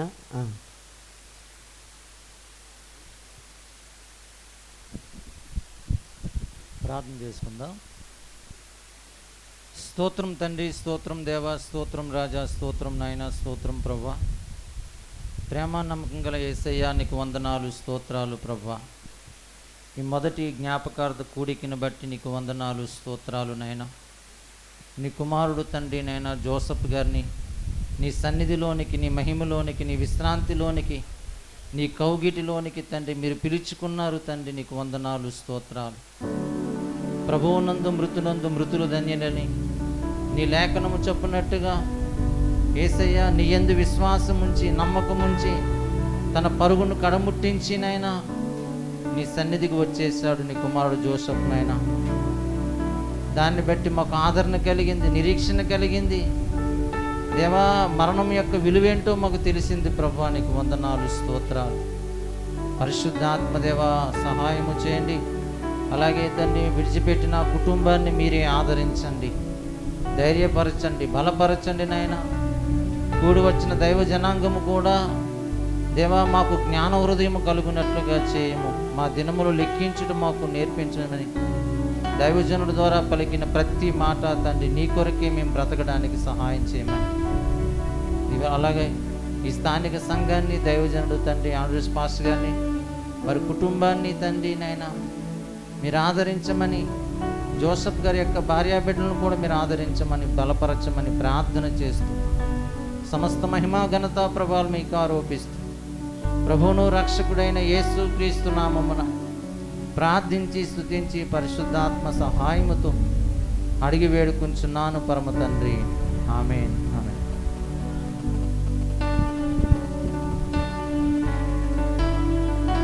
మన పరమ తండ్రి దేవుని ప్రేమయు, మన సర్వ జగద్రక్షకుడైన యేసు క్రీస్తు కృపయు, నిరంతరము మనములు ఆదరిస్తూ నడిపిస్తూ భయపడకు అని 365 రోజులు ఆదరిస్తున్నటువంటి పరిశుద్ధాత్ముని యొక్క సహవాసము, సన్నిధి ఇక్కడ జరుగుతున్నటువంటి ఈ మందిర కార్యక్రమానికి, అలాగే సంగమునకు, అలాగే మాలతమ్మ గారు వారి బిడ్డలకును, సకల కోటి భక్తులకు, కూడి వచ్చినటువంటి దైవ సేవకులకు సదా తోడైన నడిపించి ఆదరించి ఆదుకొనును గాక. ఆమేన్, ఆమేన్. యేసు రక్తమే జయం, శిలువ రక్తమే జయం. ప్రభు యేసు నామమునకు సంపూర్ణ విజయము కలుగును గాక. ఆమేన్.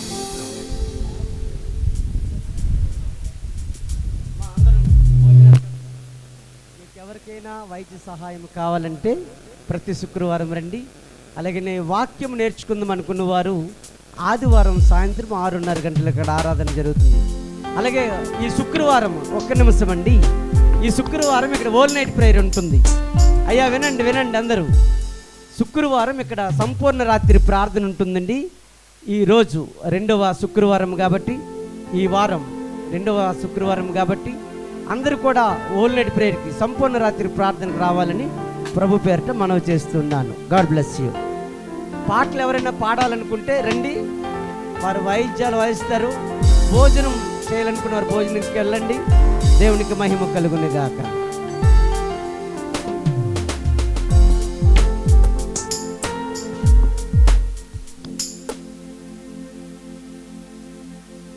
సేవకులు కూర్చుంటే మీకు భోజనాలు వారు తీసుకొస్తారండి. సేవకులు కూర్చోండి. మా పిల్లల భోజనాలు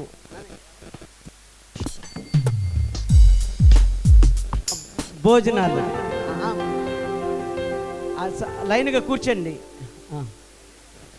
బాగున్నారా?